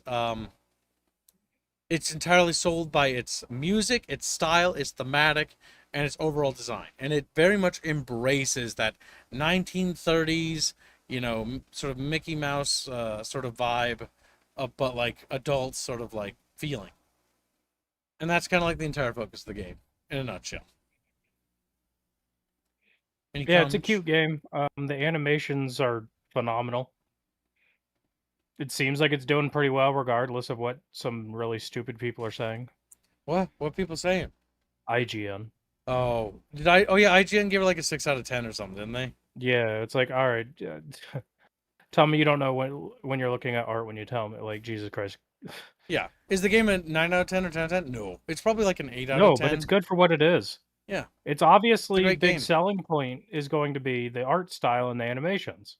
6 out of 10 is like... And they did a great job. That's above average. Like, that's a bit cruel.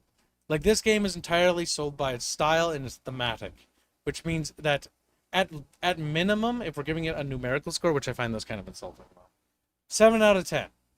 Minimum. Because it's not just above average. It's good. That 7 out of 10 is good. It's a good game. I personally would give it like an 8 out of 10 if we had to do numerical score, because I think it's a pretty great game. Not above average. That's just fucking sad. That's just fucking sad, Chad. Above average is just like, yeah, it's just, you know, it's not like mid. It's just okay. And it's alright. 6 out of 10. It's alright. You know, like, what? There's like one big criticism I have about the game, though. The biggest criticism I have to say is the hacking minigame is kind of annoying. Or the lockpicking minigame. It's not the worst thing ever, mind you. The beginning of the game is weirdly paced, I will say.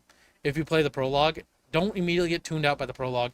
The prologue does this thing where you have to, like, shoot and fight and explore, but randomly you'll have to, like, stop and pick locks for things. And you want to pick those locks, but if you want to get money, you want to get the loot inside them, and the upgrades and the blueprints. You want to explore the maps. You want to get those things to upgrade your guns and gear. You want to do that. Actually really want to do that. But the problem with that is that the other levels are fine. The lockpicking thing is something you do after combat and the arena fights and stuff. But in the first part of the game, randomly, it's like you progress, lockpick, progress, lockpick. That only lasts like 20, 30 minutes because the prologue's very short. And once it's over, then the pacing gets better. It just has weird beginning pacing. So just be a little forgiving with the beginning. It starts off a little weird there, but then after you're through that section, the game really starts to fit like a glove. It just has to get a little moment to get running. The reviewer was pretentious. It's not the score, it's why he gave it the score. Yeah. Well, I mean, it's more than just that, though. Like, there's a lot of things, right? It's probably because they didn't pay him money, if I had to guess. Oh my god. And, it doesn't really look like it has any, like, modern race politics or something, so they can't really go on that mode. Which is funny, because the game actually has, like, a whole race plot in it. Where it's like the shrews are... Somebody's, like, rounding up the shrews and, like, doing horrible things to shrews. And you gotta investigate what's going on. It's connected to something. And it's basically a huge mystery. Not gonna spoil anything more than that. But yeah. Pretty cool game. Worth checking out. Definitely on the list of things. Hands, go ahead and check the Bickering Bunch discussions. Chatfish find stuff? Oh, they did. Yeah, he linked 2 things. In the, stream Chatfish! room. That is spoilers in my game. Do not open that. Do not open that. Check. Let me scream. Ah, yes, that one's actually good news. So that's good. That one's less good. I had an article for that. I must have closed that by mistake. I actually had that very same article. I must have accidentally closed it. Oh well. Somebody grabbed it. Good job, Chatfish. Lance. Pondazan. Oh, Pondazan, good job. Hugely terrible. Yeah, this is bad news for Sony, by the way. DRM has now been rolled out to all PS4 and PS5 digital games. Every digital game you buy now requires an online check-in every 30 days. If you buy a digital game and don't connect your console to the internet for 30 days, your license will be removed. You will own nothing and be happy. That's so fucking rancid. Like, genuinely fucking rancid. Not only will you not have Right physical to copies... own will never be a thing again if they get away with this. Yeah, this is unacceptable. This is infuriating. Thank you for catching this. Like, genuinely not okay. Not... You need to be loud and vocal here, chat. Because this is where vocality matters. That is unacceptable. You bought that. You own that. Shut the fuck up. You bought a copy of a game, right? Do I own the license for the entire setting? Fuck no, that's not what that means. But do I own that game? Yes. I own a copy of that. I own a copy of Syndicate right there on my desk. I can see it right there looking at me. You know? I can see fucking Duke Nukem 3D and the jewel case right to my right over there next to Heavy Gear. And Ground Control over there on my other side of my desk. Sitting there, staring at me. I own those games. But the part that's infuriating is I can already see the lawyers for these companies like do the mental gymnastics for why technically you don't get to own this because this is technically a different thing. It's always online. It's like no, but you are now requiring that. Like if I buy a physical copy, and that's the thing they're trying to get rid of also is the physical copy aspect of it, so that it's just a digital license and they can revoke that whenever you want or whenever they want. And it's like fuck off. Yeah, no, like this is unacceptable. This cannot be allowed to exist purely on the basis that, and I know, Trusty, I know you're joking, right? Console scrubs get what they deserve. At the same time, we cannot allow that. They already reverted that. Oh, was there a recent statement? This was what? 1:41 a.m., April 25th. What? They reverted that in the span of only like 10 or 12 hours? Do you have the verification on that, Blake? Pop it in discussions. Oh, he did. Send me a DM. Hold on. Don't want to leak DMs. Let's take a look. All right, opening the new article. Oh my god, I just realized that I changed the background. It's okay. That's safe for work. You're allowed to look at that, chat. You're allowed to look at changed it. It's just like, don't get me wrong, I like the art piece, but I there are certain I can explain. things in frame. So, there are certain things in that's frame. artwork for our game, right? So the reason why I changed it is because when I record narration videos, I change the background every time I record it, because that way I can see that they're different, so I can see the thumbnail of each thing. It just helps me track my progress and how many episodes, or not how many episodes, how many paragraphs I'm recording. Insider claims Sony's recent PS4 and PS5 DRM messages were unintentional. They triggered while fixing an exploit. Sony reportedly knew the interface was confusing, but didn't treat it as urgent. part of me can understand why they wouldn't treat it as urgent, because let's just say best faith interpretation, right? They know that it's not true and it's going to be fixed later. So if they don't make a stink about it, then it just kind of quietly goes away. And Yeah, then, okay, it's I'll fixed. be real. As much as I like giving people benefits of the doubt and second chances, Sony has far exceeded that threshold with me. So like, so you only get 1 second chance, and then that's it. And Sony kind of burnt that. I don't really buy it. I think that is a claim they're saying that they're like, oh fuck, the backlash is horrific. It was an accident. We didn't actually intend to do that. Like, you know what I mean? I don't trust Sony. I don't trust them worth a damn. What have they done to earn our trust, chat? Anything? No. They've done nothing. They've spit on you for how long now? Do you think we're going to give them the benefit of the doubt? Fuck no. They were trying to get away with this, which means they're going to try to do this again. So for all my chatfishers who have PlayStations out there, be careful, okay? Like, don't spend too much money on games on, like, PlayStation. I know you guys got them for a reason, but consider saving for a GameCube, or like, if it's good. Don't buy it if it's trash. But if it's good, or like a PC, or just hold on till that becomes more cheap and affordable in the coming year or 2 years, after the AI bubble finishes bursting. Okay, like, be careful with Sony. Don't trust them. They're fucking evil little shits. But yeah, not trusting Sony on that. Don't like that. Don't believe it. Hate Sony. And thank you for that clarification. Next up, we have something kind of cool. Conan Exiles Enhanced. So, as you know, this is by Funcom. Funcom made Dune Awakening. They also made Conan Exiles, which is a slightly, in my opinion, inferior version of Dune Awakening. Dune Awakening is kind of just better. If they would just actually port over the combat system of Dune Awakening to this, I think that would actually help this game out massively. But Dune Awakening is not a terrible game by any stretch of the imagination.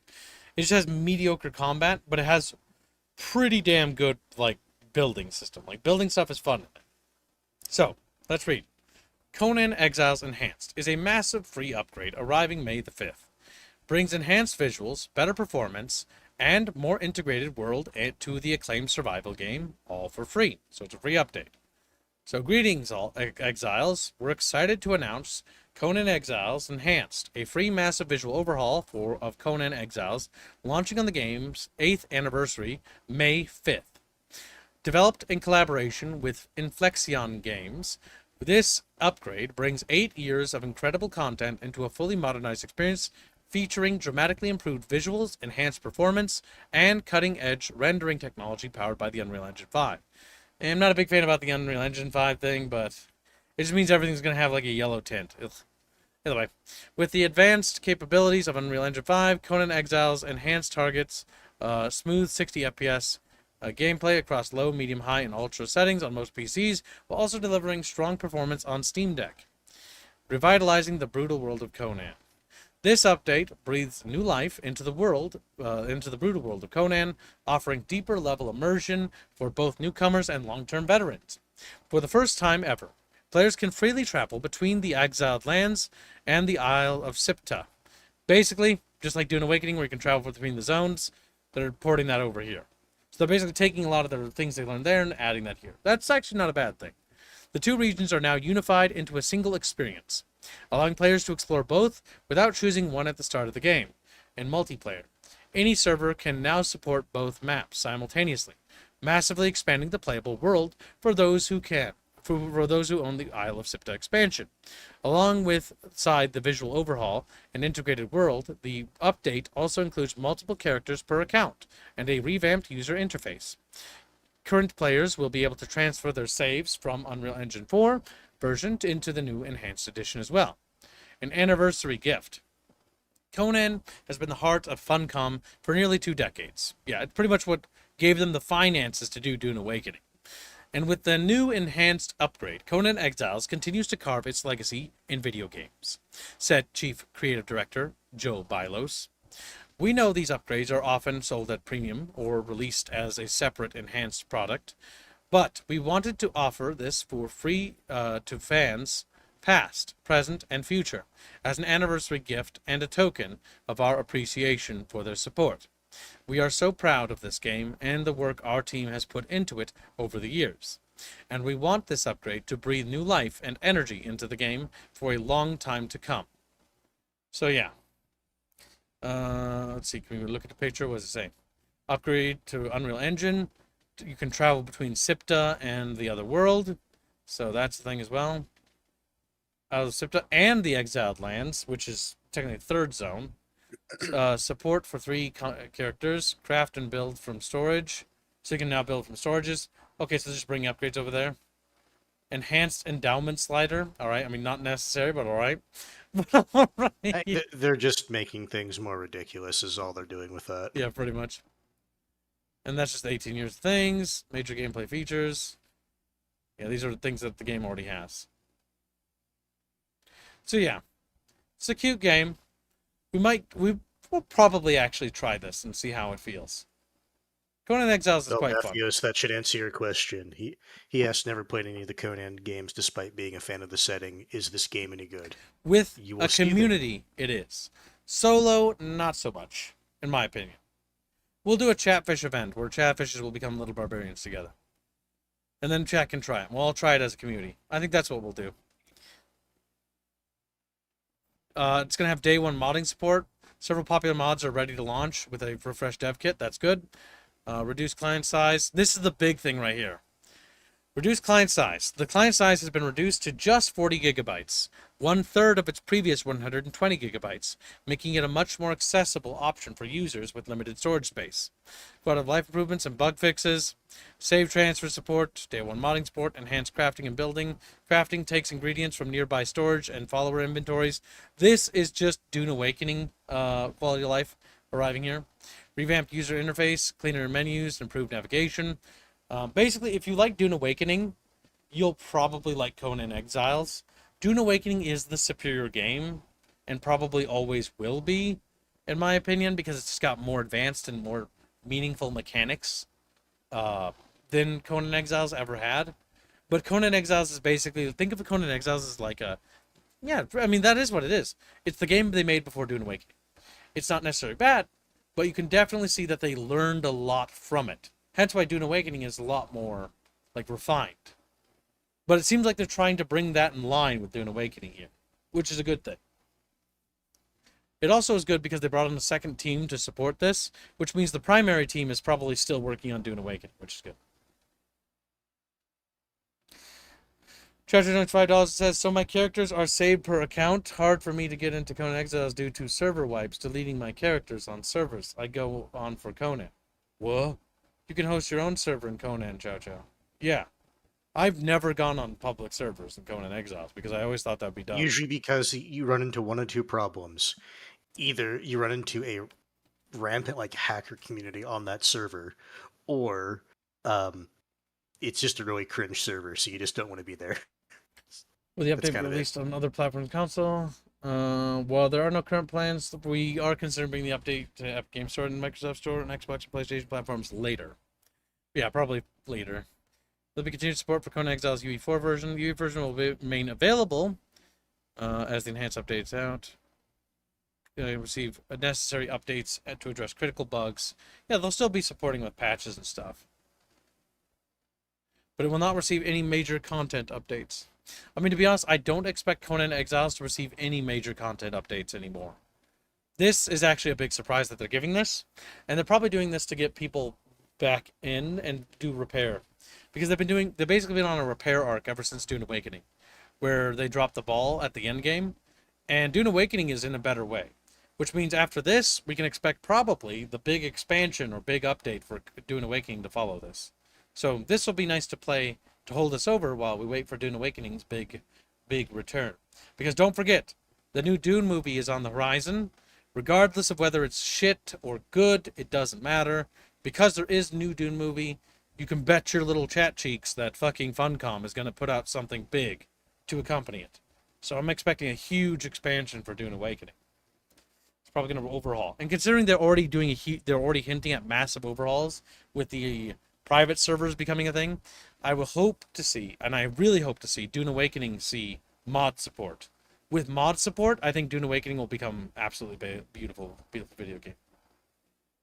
Not the Doom movie, the Dune movie, you little rockfish. He's like, yeah, there. But yeah, this looks pretty good. Yeah, we'll check it out. May the 5th, is that next month? Yeah, that is, isn't it?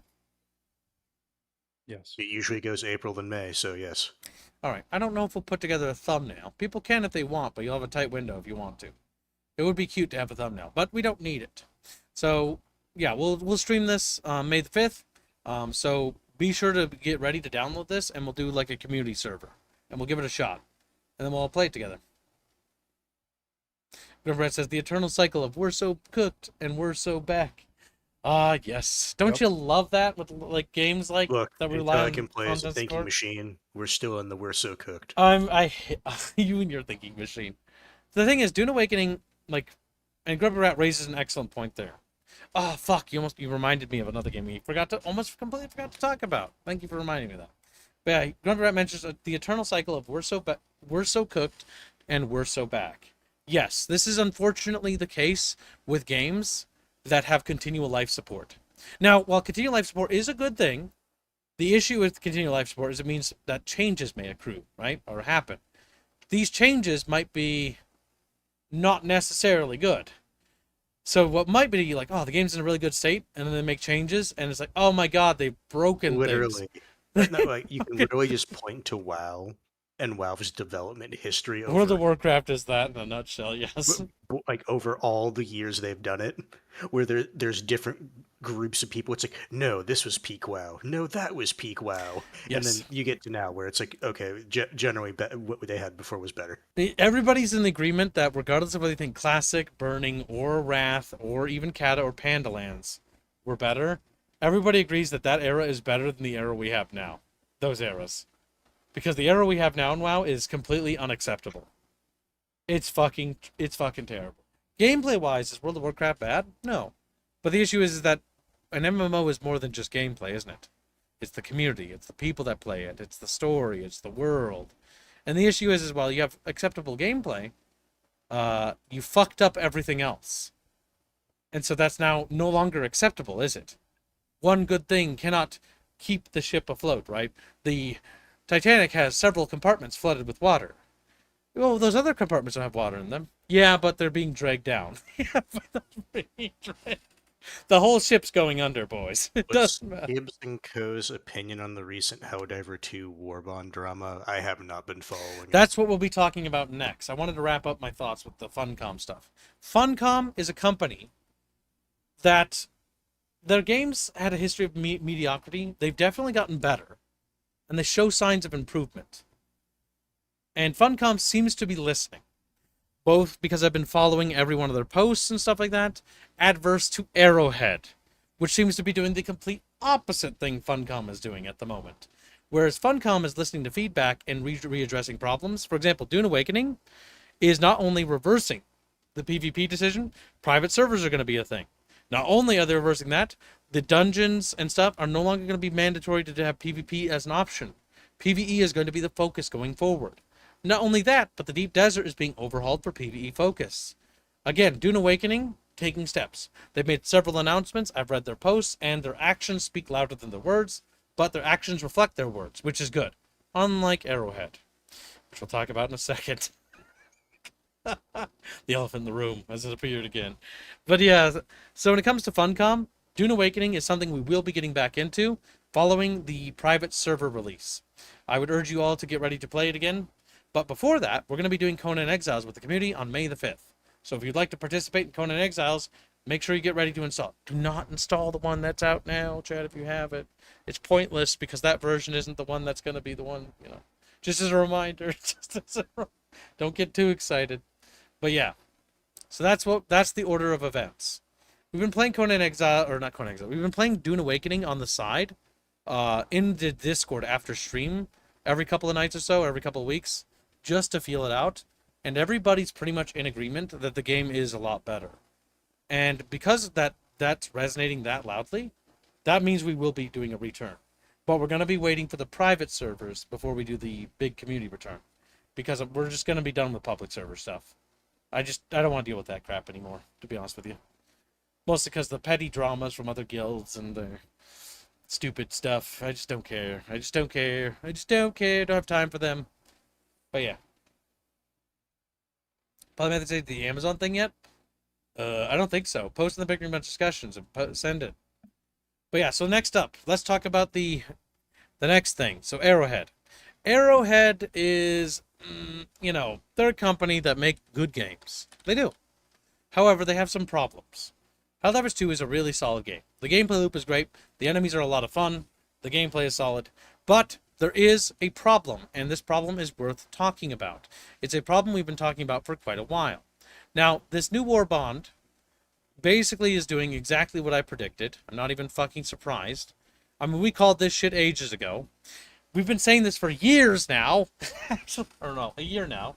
But like I said, the issue they're going to run into, remember, is they can only do so many war bonds before there's nothing they can do war bonds for.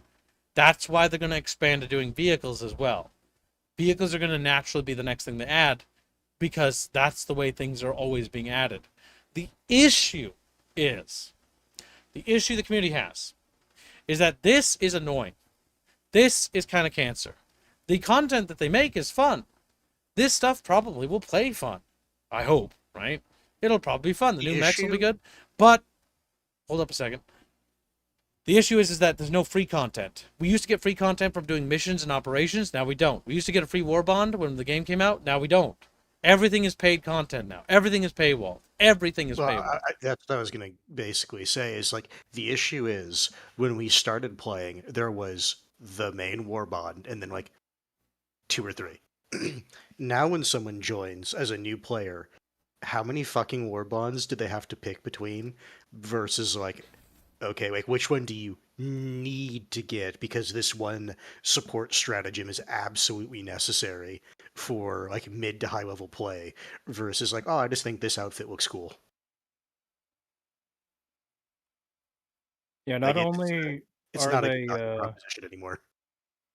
putting the new mechs and stuff in the war bond, they're also going to be buffing mechs just in auspicious timing for new mech stuff. Who could have seen that coming?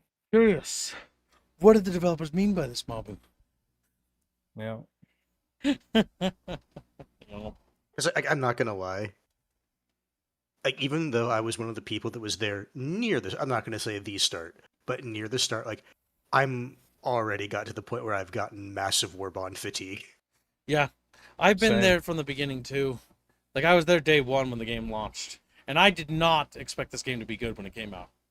But I was surprised that it was. I was genuinely thinking it was going to be a shit show, and it kind of was. But it was an amazing shit show, wasn't it?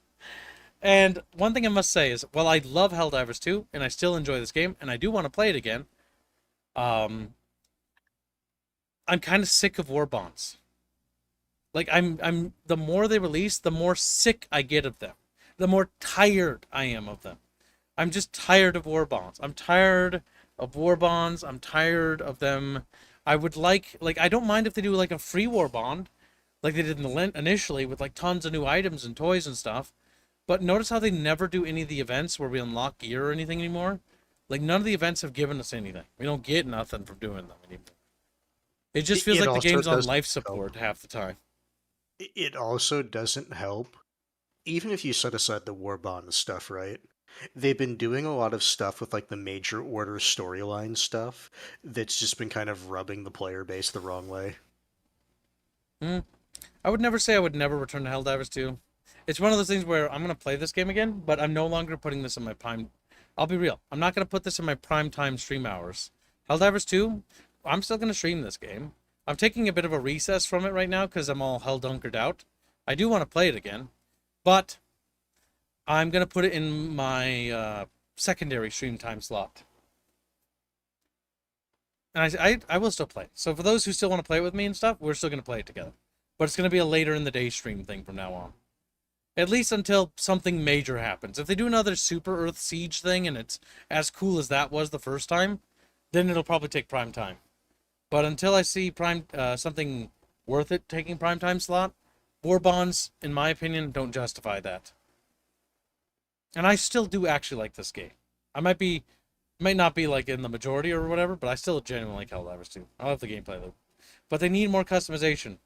Also, no customization for mechs because of this, says Cat Doman. Yeah, you raise an excellent point, actually. The issue is with this war bond focus, and one of the annoyances I have is that I think because they're so focused on nickel and diming us for every goddamn thing, that we're never, ever, ever, ever, ever, ever gonna get the ability. Look at how divisive is in my friend group. 45 friends don't recommend, 64 recommend. Like, I like the game, and I'm still gonna probably recommend it because I do think for $40 it ain't bad. But at the same time, like, there's certain things that add shape, you know? Like, it feels like the vehicles, like, when you get the FRV, it should be like, oh, you can customize the FRV. Like, we can get different tires for it. We can get, like, different, like, chassis for it and, like, stuff like that. We can get, like, a different, like, turret. And, you know, there's more customization options. There's no customization for the vehicles whatsoever. And it's actually really kind of annoying. Because it would be fun to have. Convazan points out something important, and I've heard other people play this who don't stick with every war bond. He says, war bonds are something I don't think I ever get close to getting everything to, even if I played Helldivers 2 a lot. Just too much credit farming since I'm over 10 war bonds behind. And that's the problem, right? Yes, You're absolutely. locking all the fun stuff behind war bonds, and your choices are either fork out $10 to buy it, Which I've done or several times, which is why I got more bond fatigue. spend like 2 or 3 hours farming it. And here's what's worse, right? There are Yeah. certain war bonds that are required if you want to do efficient war bond farming. And I'll be honest, Chatfish. I don't know about you, Chatfish, but my time's worth more than $10 an hour. Yeah. Like, Like, when it was just like, okay, I just need a little bit to get to the next war bond, that's fine and dandy, It's right? also But fatigue when- because it's like coming out like every bi-monthly, right? It's like new war bond, Yes. new war bond, new war bond. It's like you don't have time to sit there and accrue credits unless you're just grinding super credits all the fucking time. See, this is why I hate being a streamer. Because, like, as a streamer, if I'm going to stream it, I should always get the new war bond to cover it because it's good for stream content. But, like, as a player, I'll be real, some of those war bonds I could live without. Like, No, I and Most also, of them, there's maybe 5 that are actually viable. one like, thing I will say real quickly, a lot of the war bonds come to flavor. And if you're new and you want to get into Helldivers 2, here's the mentality you should have when playing this game. Some war bonds are worth picking up.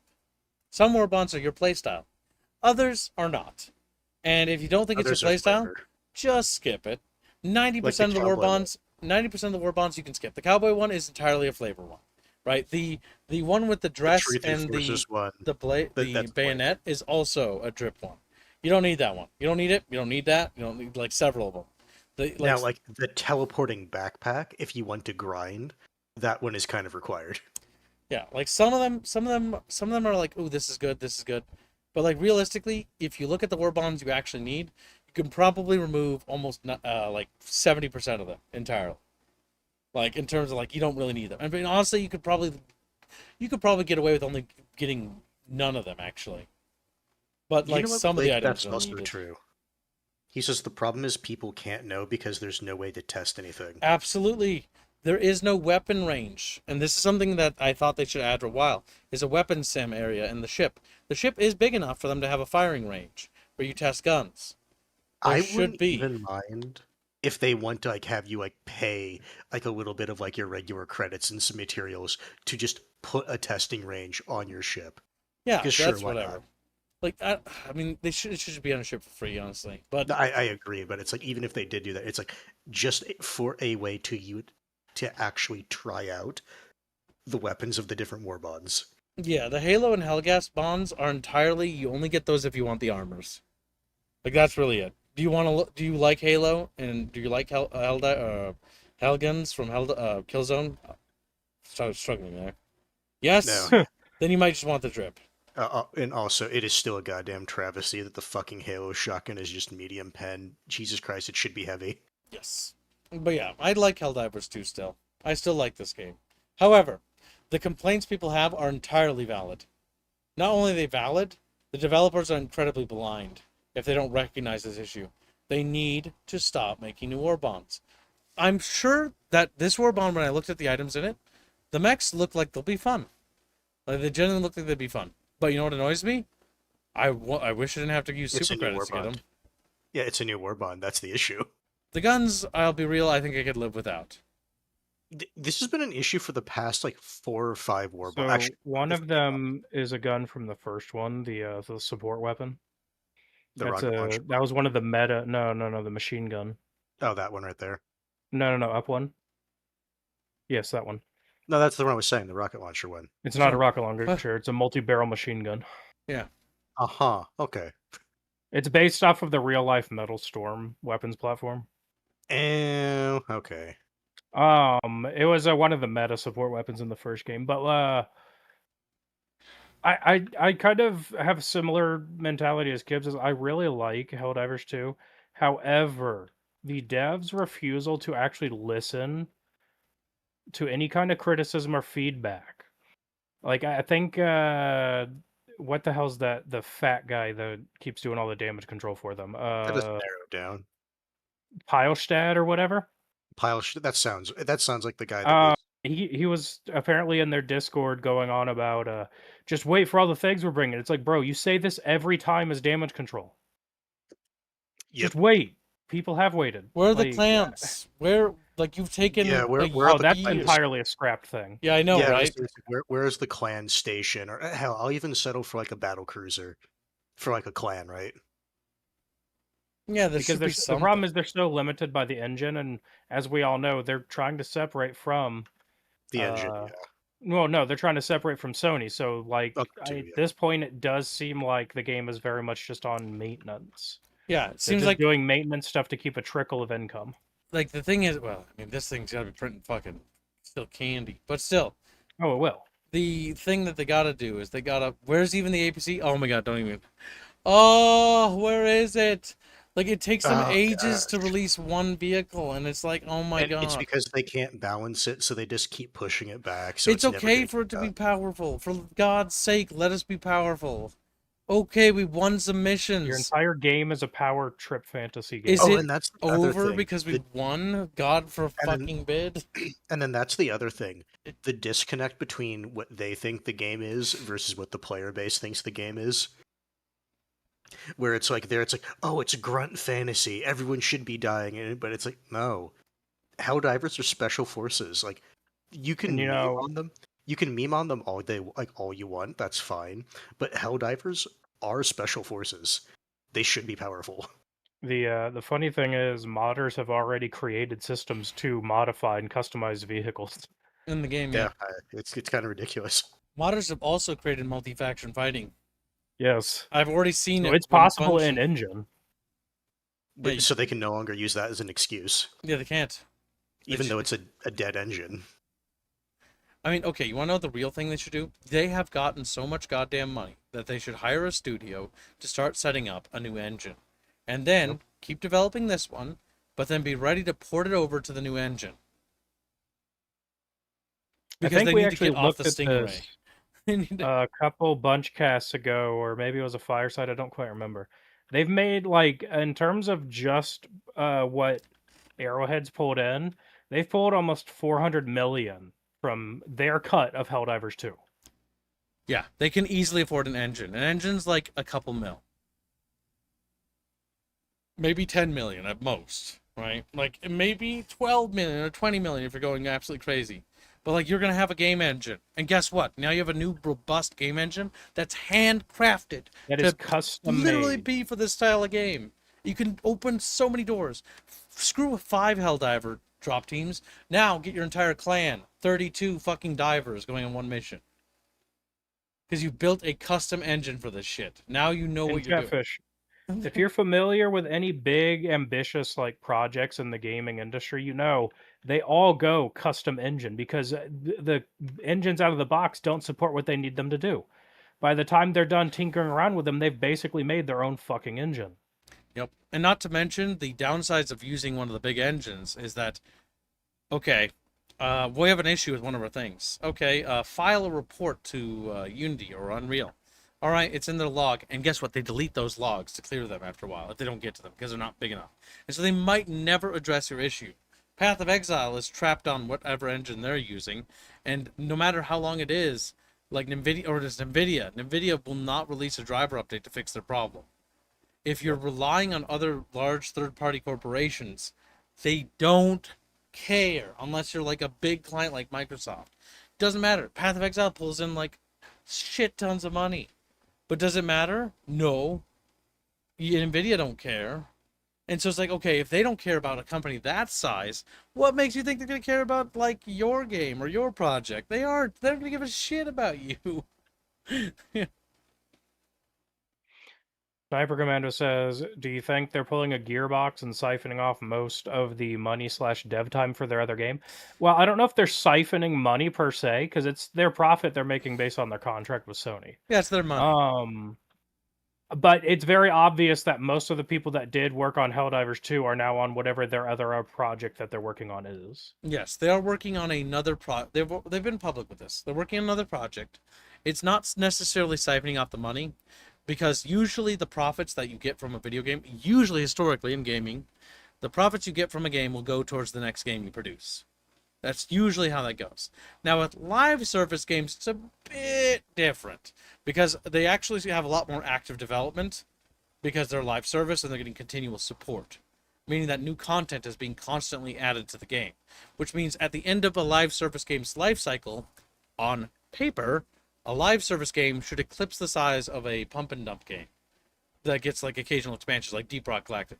Like Helldivers 2, I think eclipses Deep Rock Galactic's like content by like tenfold already.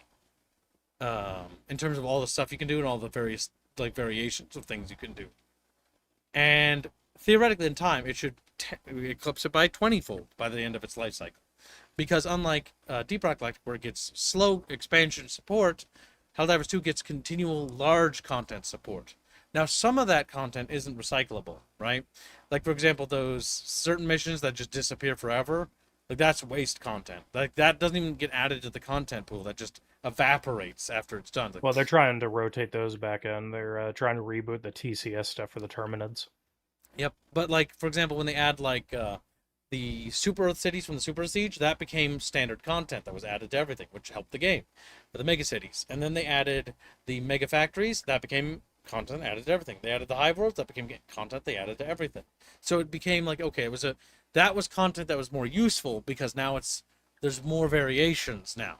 And so the variety, which already had a great deal of variety, because Helldivers 2 is remarkable. It's got 3 different opponent factions to fight. Now each 3 has not only their own unique planets, they have their own unique towns, then they have their own unique cities, their own unique bosses, and so basically it's like 3 distinctly different styles of gameplay in one package. That's pretty impressive. Genuinely. Very impressive amount of work they've done there. But the speed at which they put out content is abysmal. The rate at which they fix abysmal problems that prevent people from being able to play the game is horrific, unexcusable. I think a significant portion of the bucket is still unable to play the game after an update they did. I know Volpus, Like a year ago. Hennestad, Kasavak. Yeah, it's been like a year. And they all used to love the game, but like, because Chatfish would play it all the time. It's inexcusable that these issues have gone on this long. I've had this conversation with Robin. I'm like, Robin, how would you feel if we did something like that? He's like, I don't even think I could work here anymore. It's like, yeah, I don't think so either. How can you stomach that information? You've gone a year without addressing major bugs, and you've had the audacity, the gall to put out paid content. Are you fucking kidding me? And the problem, so it'd be one thing if it's a project where like they're letting players play it, like early access title where they're still technically developing the game. But here's the thing: that's not what Helldivers 2 is billed as. Yeah, was it? Let's see. Is it early access? It is not billed as early access. It is a finished product. You are not buying a game and supporting a developer during development.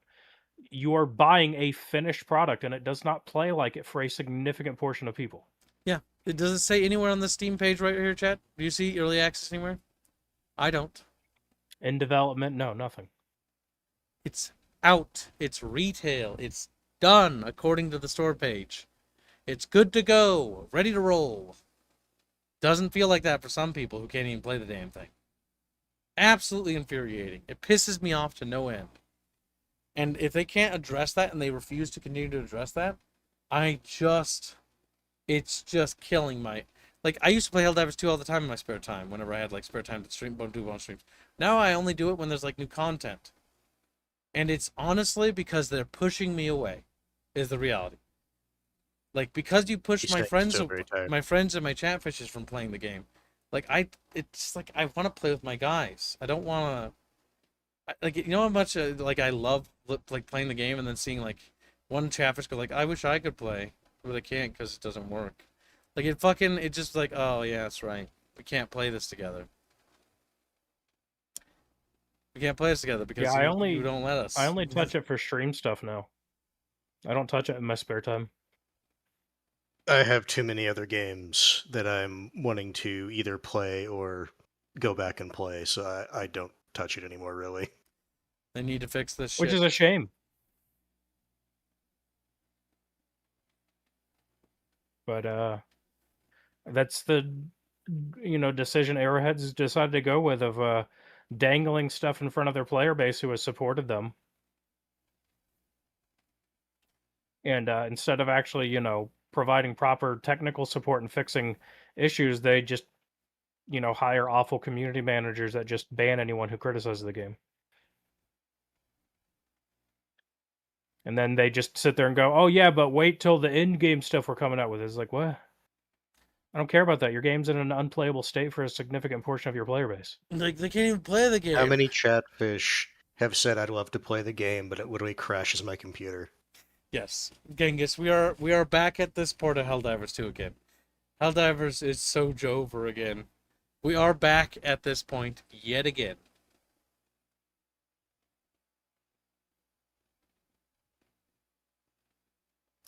But yeah. Is there anything else in the Bickering Bunch discussions that Chatfish has brought to the table? There was an Amazon thing. Let me go look. Yeah, because there was one other thing. I'm not seeing stuff that's related to, like, gaming specifically. No. Did Polly not post it? Polly, you worthless little piece of shit. Scroll up and see if I can see where he posted it. I'm bullying him. If he did post it. I'm bullying him till he commits Policide. Pontazan posted something about the leaked Valve controller. Death to Pontazan. It's a little YouTube video.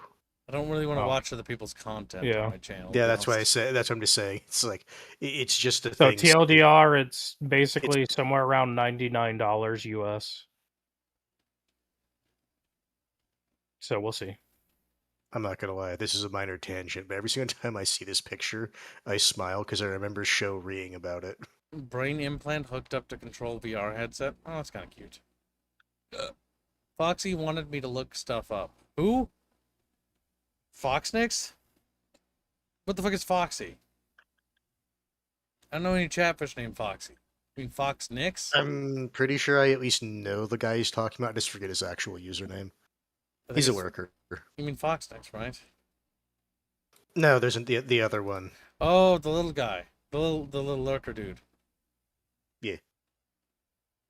Polly didn't post it. Polly failed me. Death to Polly. No, I didn't see it in it, so. Death to Polly's family. Now. Smash his nuts. Alright, so this is honestly the most clickbaity shit I've ever seen in my life. The most clickbait. Yeah, that's why I just said it's like the TLDR is the Valve controller is getting leaked. What is that picture in the background even? Like, what is that? Oh, that's that AI slop. Yeah, what is that? Best faith interpretation, they stole it from like a RTS intro. Like, in the future, humanity was at a golden age. And the buildings are all shiny and chrome domey. I've seen that a lot in video games, by the way. Alright, so Neural Reality. The new reality is coming, and it's a brain-computer interface.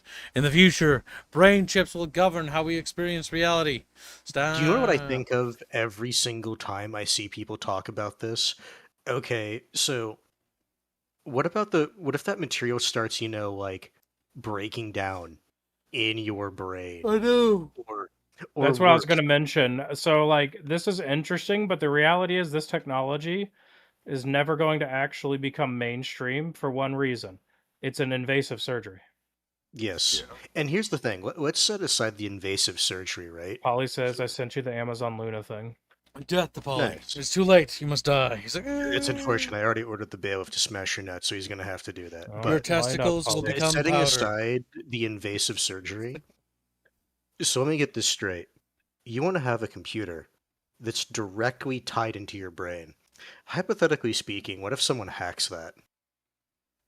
That's I mean, that's any new technology. entering like a field of pacemakers. I just more mean the joke of No. you're trying to fall asleep, right? No. And all of a sudden you get fucking like malware ads and shit right before you go to bed. Yeah, that's good. You I just like that. You can't turn them off. Just like having a seizure. Now, more And than not only that, listen, Hans, we're broaching subjects that are called spoilers now. Stop that. Now, more importantly, with the release of the Oculus Rift in March 2016, the age of virtual reality truly began. VR tech had been generating buzz since the 1990s, but the Rift was the first high-end VR system to reach the consumer market, and early reviews confirmed that it delivered the kind of experience users had been hoping for. Virtual reality was finally real. How do you feel about that? Do you feel moved by that narration? Do you feel like you want to have squeaks with me? Come here, get over here. It's like, oh, research into VR exploded. I'm sorry. I just imagine a research building blowing up. In this new area, and experts soon started to find innovative ways to make virtual experiences more immersive. All right, this sounds like a load of hogwash. VR will always be niche. I don't know what else to like. Next. yeah, it's pretty gonna much be niche. Now, Yeah. brain implants being hooked up, that's a bit more like interesting to me. It's interesting, but again, like it's invasive. Yes, surgery, I'm not like- talking about that. I don't think we're getting it. I just find the technology cute. Neuralink competitor Synchron has announced that its brain-computer interface BCI can now be hooked up to Apple's expensive Vision Pro virtual reality headset, allowing those with limited mobility to control the device with their thoughts alone. See, this is the part that I find interesting, because it means that they can actually do stuff.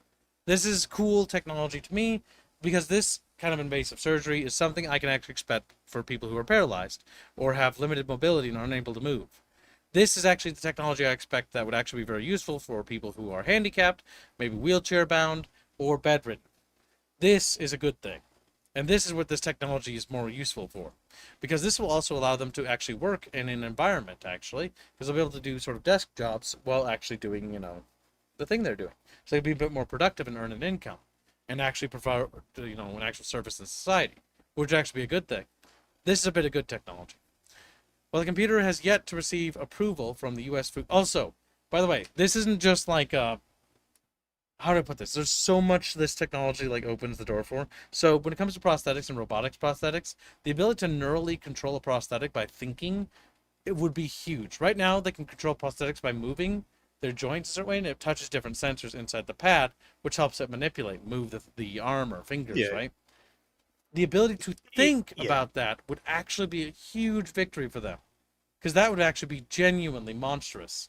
So this bit of technology is actually very, very good for people who are, again, disabled, unable to move, stuff like that, or maybe they're missing a leg or an arm, this sort of prosthetic. for whatever reason. Yep, Yeah. and with this neural link, this will allow them to actually connect that to their brain, basically, not telepathically, but, internetly. Yeah, Wi-Fi. I was going to say it's Wi-Fi. something. I was going to say it's something akin to in aeronautics for regular aircraft, where they switched over from flying by wire to digital inputs, because the digital inputs are a bit more accurate than flying by wire. And it's just one of those things where it's the next step. So yeah, makes sense. Yeah, because these kind of neural chips actually are very useful for a lot of people, because you'd be surprised how many people are actually impaired, that can't move through an accident or something. Because I had a family member who basically fell off a balcony and snapped his spine and could never walk again. And it was tragic, But this bit of technology is huge, because this means that they can do things they can't do anymore in a different way. Now it's no, they're not gonna be able to walk again, right? But this technology opens doors. That's what makes this actually revolutionary. It's huge. Big, big deal. This is going to change people's lives. Not everyone's life, but it's going to change people's lives who are, like, often living basically hell, essentially. And down the road, this will open up new doors to other things as well, yet unforeseen. Next. Yeah, but I want to say until we can figure out the power supply for powered armor suits or exosuits, yeah. The future unveiled. Next-gen VR connectivity through brain-implanted chips. God damn it, this is just a repeat of the It's previous basically a different article talking about the same thing. Yes, this is a cool bit of technology. However, until we make it into a more bio-friendly way, it's not going to become mainstream. Basically, what they're going to need is some sort of helmet that actually just reads neural signals without actually being installed into your brain. Because that's going to be a better thing. If you put on a VR headset and you don't have to have an invasive surgery, because what Mamu said is absolutely correct. If you have to fucking go and get a goddamn surgery for them to plant something in your skull, that's not going to become mainstream. However, if the headset itself can become a neural helmet, a la Battletech, then eventually there won't be a need for an invasive surgery, because the helmet will just read your thoughts for you. The question then we have to ask ourselves is, like, I have no idea how that works. I mean, it's electrical signals and reading certain impulses, but they have to map that shit. So the problem with that is that you still have to have. So what they do is, because there is something that does exist for that for paralyzed people that's currently being tested, they have to install electrodes in your skull. So again, it's Yep. It's even the not helmet option isn't, because like the amount of power the helmet basically is putting out to be able to read these signals, It's it can't ridiculous. do without those electrodes. So like either you're going to fry the brain with a microwave, or you still have to do the surgery to get it to read. So it's Either way, interesting, but I'll be frank, this technology is going to take many decades to get anywhere. Yep. yeah, But once like it Morty does, It's said, not though, it'll be interesting. anything like that's going to change anything radically, even in the next decade. It won't. yeah, like Morty said, regardless of what you do, it's Yeah, still we're not talking about the going to be a decade, massive though. invasive surgery. We're talking about long-term here. Because long-term here, the technology itself will be radical once it actually is developed. Assuming it actually is viable. Yeah, because Usually- like, sometimes When it comes to humanity, usually they'll find a way. We always generally do. It's just a matter of how and what method we do. And usually it's unexpected. But yes. sometimes yes, sometimes there's just like physical limitations that no matter of like what we do until there's like a leap in like material. Well, I mean, it's just like the AI improvements thing, right? For example, when we were like, oh, we can't make chips any smaller or more advanced. It's like, that's true. That was a new limitation. And we still haven't figured out how to a way around that. So what was the next thing? The next thing moves to the next field. Well, how about optimization? And the optimization of the chipsets we do have has basically skyrocketed so much that we basically improved their efficiency by 60 to 50%, which is Well, insane. according to their claims. Yes, but still, it is still something that's insane.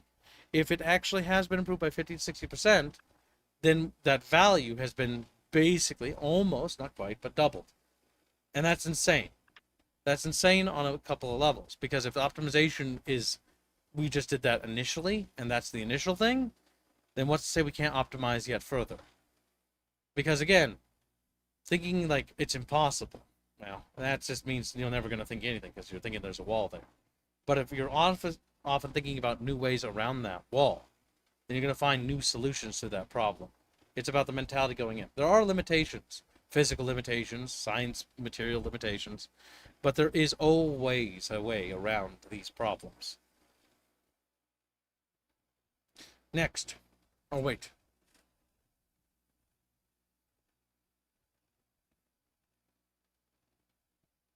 Where's this article? I don't see it. There it is. Right, we got an Amazon thing. Amazon, a company I don't like. Woohoo. Alright, so Amazon Luna to phase out support for third-party based subscriptions and game stores from June 10. I have no idea who the fuck these people are. What? Amazon will discontinue support for third-party game stores, individual purchases, and external subscriptions to Luna starting June 10th. Amazon stated, blah, blah, blah. As of June 10th, only players with standard premium subscription will be able to play their games in their Luna library. The EA, Ubisoft, and GOG stores will no longer be available on Luna. What? What the fuck's a Luna? Is like a PC? It's their game store equivalent. Okay, so it's just dying. This is why I'd never buy onto It's these corporate what the hell is things. Google's thing? Stadia? It's same thing. Ah, okay. So it's Stadia 2.0. Gotcha. Well, they did it around the same time. Okay, well, their Stadia is finally going tits up. Yes.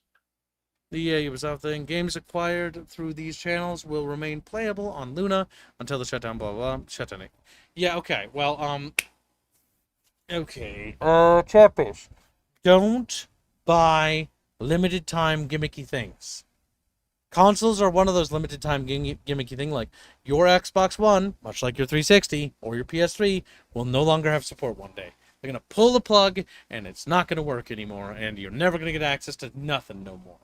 This is why PC gaming is kind of the way forward, because you don't have to be like, oh, well, they're pulling the plug. I gotta buy the new latest fucking console, because if I don't, I won't be able to access any of my shit. I'm just fucked, you know? Like, that's not good. Luna and Stadia are basically the same thing. Hello, here's my gimmicky fucking thing. Please buy my gimmicky fucking thing. It's a gimmick. It's like, yeah, gimmicks live very short lives. So don't waste. Unless you're interested for the tech sake of the tech. But beyond that, I wouldn't recommend it. No, unless you're like a tech enthusiast, don't bother. I like to waste my money, says Stefan. No, Stefan! No. Don't waste your money on gimmicky things, Steph Invest. That's why I'm here. That's why I'm here. He's got like a wad of cash on the table. No more jokes, Chatfish. Got it. Think dribbles. What? But yeah, just be careful about buying these gimmicky things, because this gimmick tech is not very interesting. The only reason I bought a Switch 1 was because I wanted to collect the technology, because I thought the device was cool. Because it, to me, was cool to see the thing I always theorized would be a thing become an actual thing. Beyond that, I have no interest in it other than that. I would say very rarely are early adopters and realistically rewarded for being an early adopter. You're often punished. Yes, Because, early adopters are scary. Yeah, guess who's the guinea pig? Yep, same goes for that MMO. What was it called? Not Sword of the Stars. That's an RTS. Or no, it's a 4X game. I'm pretty sure that's it. Yeah. Whatever. It's dead now. Or it's dying or something. The guys in Yeah, the one of the two. But yeah, like being an early adopter for an MMO is the same thing. You're adopting into a community that doesn't exist. There's a community forming around the idea that there's going to be a community. That's why I'm skeptical about MMOs as Kickstarters. Like, I'm like, oh, okay, that's scary. Like, unlike a single-player game, you're not really worrying about a community, because it's whatever. It's a single-player game, or it's like a 4-player thing. Mamu, hands, we're going to play this game together. Oh, yeah, this game looks cool. All right. We don't need a big community to play it. We just need us, and that's it. And MMO is like, oh yeah, let's all adopt this game, and let's put lots of money into it. We'll put thousands of dollar dues into it. It's going to be a huge MMO experience. So we're buying into the idea of being invested into a community that doesn't exist yet. Invest in creating a community around said potential community. It's one of those, it's like, it's so sketchy, I don't like the idea of it. It might exist. Oh, okay. You know what I mean? Like, or it might not. And now we saw with that MMO, Ashes of Creation. Yes, thank you, Chow Chow. Ashes of Creation literally became that thing. Yes, Drake Claw. I said don't buy it if you don't like intend to like know what it is, right? Like I know the Switch's support will one day be pulled, right? But I bought the technology mostly because I thought it was novel. Because I do like to collect technology, specific machines. Though I'm not interested in modern Xbox or PlayStation, because as technology, they're fucking boring. They're like lame-ass PCs with limitations. Whereas the Switch represents something relatively cool as a piece of tech. It's more like that. But yeah. And I wouldn't recommend the Switch out, honestly. As I played it a few times for stream, and you was able to write it as a tax deductible because of that. But like beyond that, I only used it for streaming purposes, and so it's Somewhere on that desk underneath all those newspapers I need to throw in the garbage. I put newspapers over it so it stopped collecting dust. Because I don't want dust getting on. But yeah.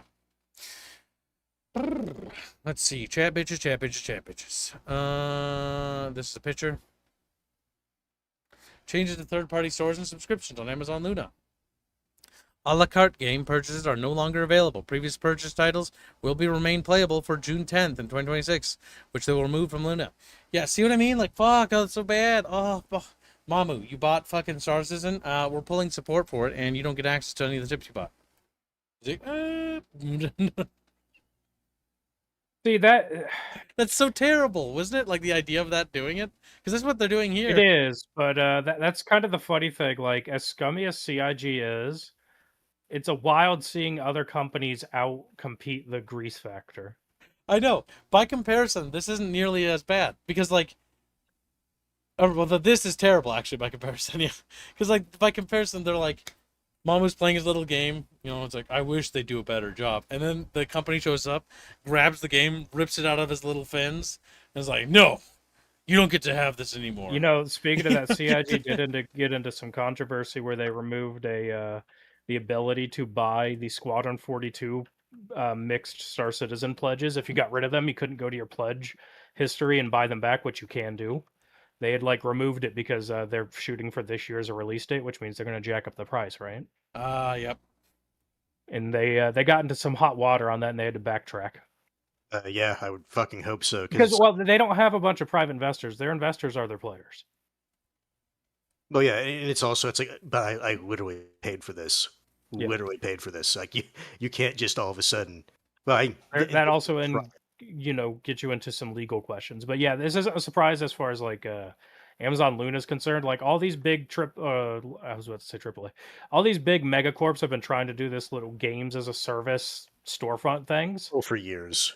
For years. And we've seen every single one fall. The only one that isn't fallen on its face fully yet is Game Pass, and they're in the process of destroying that. So yeah. But like Stadia's dead. It's looking like Luna is dead. Yep.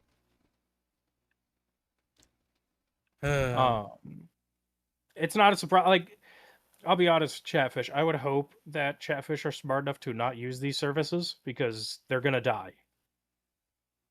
Like, you're better be off like just burning your money at that point. Yeah. Might actually get more, bang for your buck. Yeah. Because at least fire can keep you warm. Yeah, pretty much. Steam is king. I mean, look, all the things that Valve has done in the past, they are like the best of our options. Don't get me wrong, Steam has done some really messed up They've stuff. done some stupid shit in the past. But out of all of them, now granted, I also believe this is because Gabe is at the helm, so he actually does want a decent service. But like once he passes and it's on to the next person leading Valve, we'll have to see if Valve is still able to stay on top. Mm-hmm. Because that's the only reason Valve has been as decent as they have been. GOG's been okay, but I'm more questionable about GOG's future as a the issue is GOG is tied to CD Projekt Red. That's the issue. Well, no, not anymore. They went independent. Yeah, they went independent. Yeah, the original guy bought it from them. Okay, then there is more hope than I thought. But he's very pro AI, so. Yeah. And the AI bubble just bursted, so it's not a good look. Well, it hasn't burst. So it's no, the issue is it is highly speculative that it's going to burst, is what people are thinking now. I mean, it is bursting. Like, when it comes to RAM, like it has because of the, when Google made that statement about the 50% thing, like, it just fucking collapsed. No, I understand what you mean, but I'm saying it's the cringe thing of speculative markets, is what I'm saying. I hate that, but it is what it is. But yeah. But I think that's all the news we have, chat. I think we finally got through everything. Chatfish, woo! I'm gonna start screaming. Start screaming at the top of the lungs. Chatfish have lungs. Decent amount of news. Not a ton, but not, none either. And it's not a bunch of terrible news either. Yeah, There's a lot of good great, things. not terrible. It was. A lot of good things, some stupid things. Now, the bright side, chat, we have a couple of streams. One with Show, which will be later because she's currently sleeping and unconscious somewhere in the jungle. But we do have to finish Mass Effect still. And It's we're pretty on close. the final section of that, so we're going to beat that. And then we're going to have a recess after that. And then that recess is basically just me making dinner for myself so I can have something to eat. Pretty much. Otherwise, Kibbs does not act like himself when he's hungry. You've all seen the Snicker commercials. Yes. Mago's posted something for you? Oh, little son of a bitch. All right. Take a look at it. No, no, Wait. wait, is this something new? I'm pretty sure... Did we cover it already? No, okay, this is something different then. Oh, let me take a look. Ubisoft. You little lurker. You should have just said so yourself. All right, let's see. Let's take a look real quick. So now companies need to keep track of their users, where they have been. Ubisoft is introducing a new state of residence field for players located in the United States. What? Why? April 30th, 2026. Where are you? Where do you live? Where are the drugs? Oh, wait. The only thing I can think of this... No, even then that's stupid. I was going to say for tax purposes, but it's like, no, that's dumb. It doesn't matter. They don't know where I live. No, that's what I'm saying. Like, I was thinking, no, even more simple. I was thinking like sales tax, but it's like, no, but they do that anyway. They don't need to know where you physically... Yeah, that's dumb. Yeah, so let's see. Hello. On 4/30/2026, Ubisoft will introduce a new state of residence field in your Ubisoft player account for players located in the United States. This information helps us comply with state-specific regulations and to better assess legal requirements that may vary from one U.S. state to another. On 04/30/2026, this field will be filled automatically based on your most recent connection to our services. You will be able to review and update this information at any time in your Ubisoft account information. If we are unable to determine a state of residence, this field will remain blank, and you will still be able to change your state of residence afterwards. Your state of residence will not be used for any advertising or marketing purposes. I don't believe you. For more information on how Ubisoft collects, processes, and protects your data, please refer to the privacy policy and help page. All right, so basically, you don't have to fill it out. And I sure as fucking... Pondazan, that is true. There are some states that have that they're trying to introduce legislation regarding like age verification bullshit. That might be where this is coming in. Yeah, that is actually possible. Do you remember which states are actually trying to implement that? It's like New York, if I remember Not right. even surprised. I want to say California just because it's California. California? But that might just be me hating California for legitimate reasons. I think everybody, even Californians hate California. Fuck. True facts. The chatfish in California, shave me! Little fins stretching to the sky. Commissar Czar just sticks his fins up like, please. The fires of the forest burning around. Here's always the issue I have anytime companies or governments do this. This is for your sake. Data leak happens. You look at them. Shall we? Sorry. We're sorry. So sorry. Sorry. Lays on the I know a lot of states have been doing the whole like digital ID or attempting to do the digital ID / age verification crap. A lot of it starts under like the guise of cracking down on like porn use or something, or minors using porn or something. It always goes that way. It's always for the betterment of the children. Think about it. We're doing it if anyone comes to you with a think of the children, they're about to do some fuck shit. And they are lying to you 9 times out of 10. Just imagine, a Roman scutum, the shield, but like there are babies strapped to it and they're holding it up at you. No, it's the fucking... No, it's that one panel from Batman where the one villain straps a bunch of babies to himself. He's like, you can't hurt me, Batman, without hurting them. Oh my god. Like, it's unironically that. It's like, if you attack this, that means you're attacking children. You're a bad person. It's like, oh my fucking god, help me. Batman just looks at him. No killing! Shoots a 40mm beanbag at the babies. No killing. CS gas. Oh, that's illegal. And CS gas will kill them. It'll just make them wish they were dead. It'll just give the brain damage. Fucking slams him into a high voltage panel. No killing. Oh my god. Cripples him horribly for life. No killing. Where's Rachel? I wish I was dead. I was like, grow up. Doctor, this is important. Is he dead or not? Well, Batman, he'll live a long, painful life. So you were saying I succeeded. So he's not dead. Good. Get my ethos. Batman, the biggest fucking... Another win for Batman. Flies away. I'm still morally correct. I didn't kill They're him. not dead. He's just paralyzed from the neck down. He's paralyzed forever. He's gonna shit and piss in a bag forever. I always like Think about what you did. Enjoy your always like neural that chips. about some of the like newer Batman stuff. Where it's like, look at all this cool shit he's doing. It's like, okay, like I forget where I first heard it. It was like doctors looking at Batman's actions. He's like, okay, this man's gonna be crippled for life, and he's basically gonna be a ward of the state. So it's like he can't be productive in any way, shape, or form. Good job, Batman. The baby best was from Punisher. Oh, who? Okay. Same, but The point- different. Whatever. say the The point Batman stands. memes were funnier. Yeah, the Punisher would be just like, unfortunate for them, because it's basically the same character.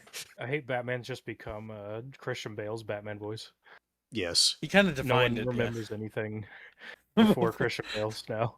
Christian Bale just... Where are the drugs going? Like Batman, why do you sound like you have throat cancer? I don't know. I'm can't masking tell my Bruce Wayne, voice. right? No, it's even the Joker. Batman, take a lozenge. No. No, I'm not sponsored by them. Batman, it's gonna, it'll make it so you can fight crime better. No. Joker, you're lying to me. To Batman. Crippling yeah, isn't killing. Yeah, This pretty is much. more stupid shit from Ubisoft. A company that's Yeah, not this doing is well. fine. Yeah. Yeah, I want to say, from what people brought up, though, this is probably them trying to cut off the age verification thing as a just in case, just have it in place. It's more of, I think, it doesn't seem like they particularly give a damn based on what I read there. It's like, okay, we have a system for it, so we can sell a game in New York without being taxed. Because the problem is these states and all these governments, like London and Britain, they're trying to like tax Steam and all these other corporations like Ubisoft. And I don't like Ubisoft.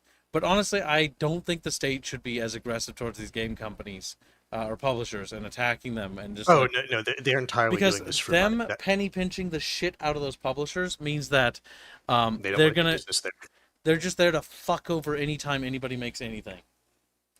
And it's like, Well, yeah, oh my God. because, well, at least for New York, from what I remember when we were looking into it, it was basically just the government. It's like, but we want money. And that's the reason they were doing it. Yeah, pretty much. Is that the final article? Are we finally complete? Yes. How do I Good. know? Because I'm not looking. Fuck, check. I don't want to. We gotta check. Gotta make sure all the Chatfish articles. I don't like the idea of ending the stream and then Yes, the there are Chatfish no being new ones. sad. According to the screen grab I grabbed earlier, there's nothing new. Because There's like no new ones. I unfortunately have like this thing called empathy, and I feel bad when like, oh fuck, I didn't cover that I thing. know. And there's like a Chatfish, and they're like, oh, you didn't talk about my article. And I'm like, oh no, he's a sad little fish, and he's so sad now. He looks sad. Look at him, how sad he looks. Oh my god. And that's what goes through my brain. So yeah, I don't Are want you sure about that? Yeah, pretty much. Are you sure about that? Yeah, because I kind of remember see that you my did bad audience things. as fish now, like, and because I imagine them as fish, they become more endearing. Do you remember when you lied to person on internet, Kibbs? I remember. Yeah, it was you. It No, was it was you you. and Bubble. It was you and Bubbles. I remember. Listen, those Oh, videos okay. were art. Listen to these. Those Listen videos. to these justifications now. Listen. Kibbs might have bad- been a bad person at one You're point. a bad man. I might have done something evil. No, it's that one fucking scene from that movie. You're a bad man. But honestly, when I told Chatfish who it was and what I did, they thought it was funny. So perhaps I'm not as evil as I thought. Argumentum ad populum. But I'm not gonna do any of that anymore. But That's a lie. it was funny when I did it though. And not only was it funny, you were laughing. Not only were you laughing, Bubbles was laughing. Says he has one. Well, post it and we'll look. Death Just to repost the Cassidy. same article from hours ago. You didn't Everyone's look at reveling. my the pain, the woe. But yeah, All And right, it's in the besides- stream room. you can't learn on a content creator unless you make more content. I'm right. And that's the scary part. That's the scary. Ooh. You know, just look at you. Why do you make those weird fucking noises? Why can't you be fucking normal? Why can't you? You know, Because your splash screen is just looking at the splash screen, Okay, I'll bring it with up. how for you. scantily clad all these princesses are, like, it better be fucking temperate there, because they're gonna be It's hot. It is. cold. You as want to know fuck. who's miserable? The guys in the fucking armor. In the full armor. Well, they're miserable no matter the environment. That's a lot of shit to carry. Like, oh my god, That's so what he's hot. saying, though. No, there's a reason certain people wear what they wear. Yeah, so the coast of Pyria is rather humid. In fact, I would probably hate that place. To be honest. Mostly because I don't like humidity. Rather humid? Oh no. Humid, it's fucking Imagine the smell. hot. Hotter Why do you than think hell. bathing is encouraged? Yeah, why do you think Southern Austrians dress so lightly? Because it's fucking hot there. It's not just the fucking, fuck. Oh, gross. Steamy. Oh. Some fucking battalion of Astrians, a little sign, will kill for AC. Kill phrase. When they invent AC, let me tell you, it's going to be a godsend. Yeah, every house mandated to have AC. All right, CFTC sues New York gaming regulators over prediction markets crackdown. The Commodity Futures Trading Commission is asserting exclusive regulatory authority over so-called prediction market wagering platforms, which it says fall under the jurisdiction of derivatives traded on federally regulated exchanges. What? I'm not super smart at this stuff.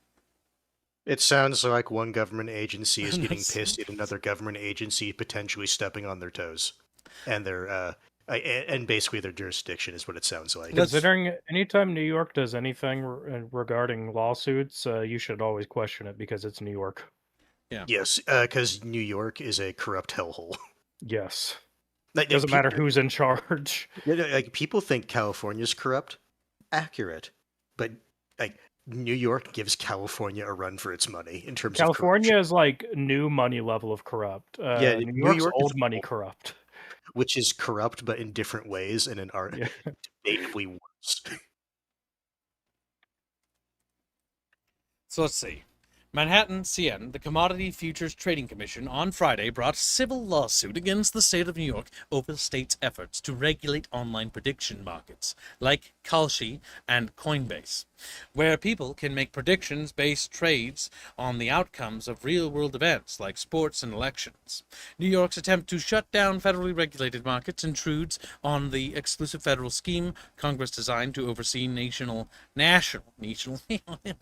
swaps markets. I know nothing about this stuff. Pacific says basically the feds are getting pissy at New York for trying to go after Steam. Is what So Pacific a lot Okay. of because like the way this like specific thing is like Kib is not very wise on this. so if you've been particular field. living under a rock, a lot of companies, trading markets and stuff have been getting into the whole betting on the outcomes of events market, which is a multi-billion-dollar market. Yeah, I now. know that. That's it's not new. ridiculous, but yeah. And because they usually go in one particular way because, well, the internet's that way. Some states who don't like certain political persuasions are getting pissy and now suing them. Because people that they don't like politically are making fuck tons of money. And they want them to be poor and destitute. So basically, New York is yet again stepping in the shit by being a shit state. Yes, New York. If you're not familiar, the Attorney General of New York even ran on like charging the current president. Like that's what's her entire fucking political platform. Okay, so they're a complete shit show. All right. It's fucking nuts. It's because nonsense. reading this, it already sounds like the state of New York is yet again doing New retarded York's shit. local laws and lawsuits and stuff that the state brings are usually bunk. It's unless a federal court situated in a New York district brings something is when you really have to pay attention, is like, oh, this is actual something important. Usually when it's the local stuff, it's them trying to con other people out of money. 9 times out of 10, and the 10th time it's because they did it on accident. Yes, and that's not a left or right thing. It's just that's how fucking corrupt New York is. Well, yeah, like Morty said, it's old money corrupt, so it's been like that for years. Yes, they're trying to figure out a way to get as much money as they can out of anyone because they are hemorrhaging money like a motherfucker.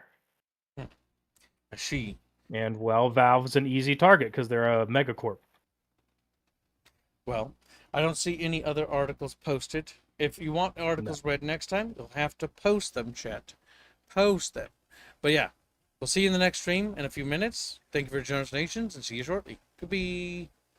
Meh.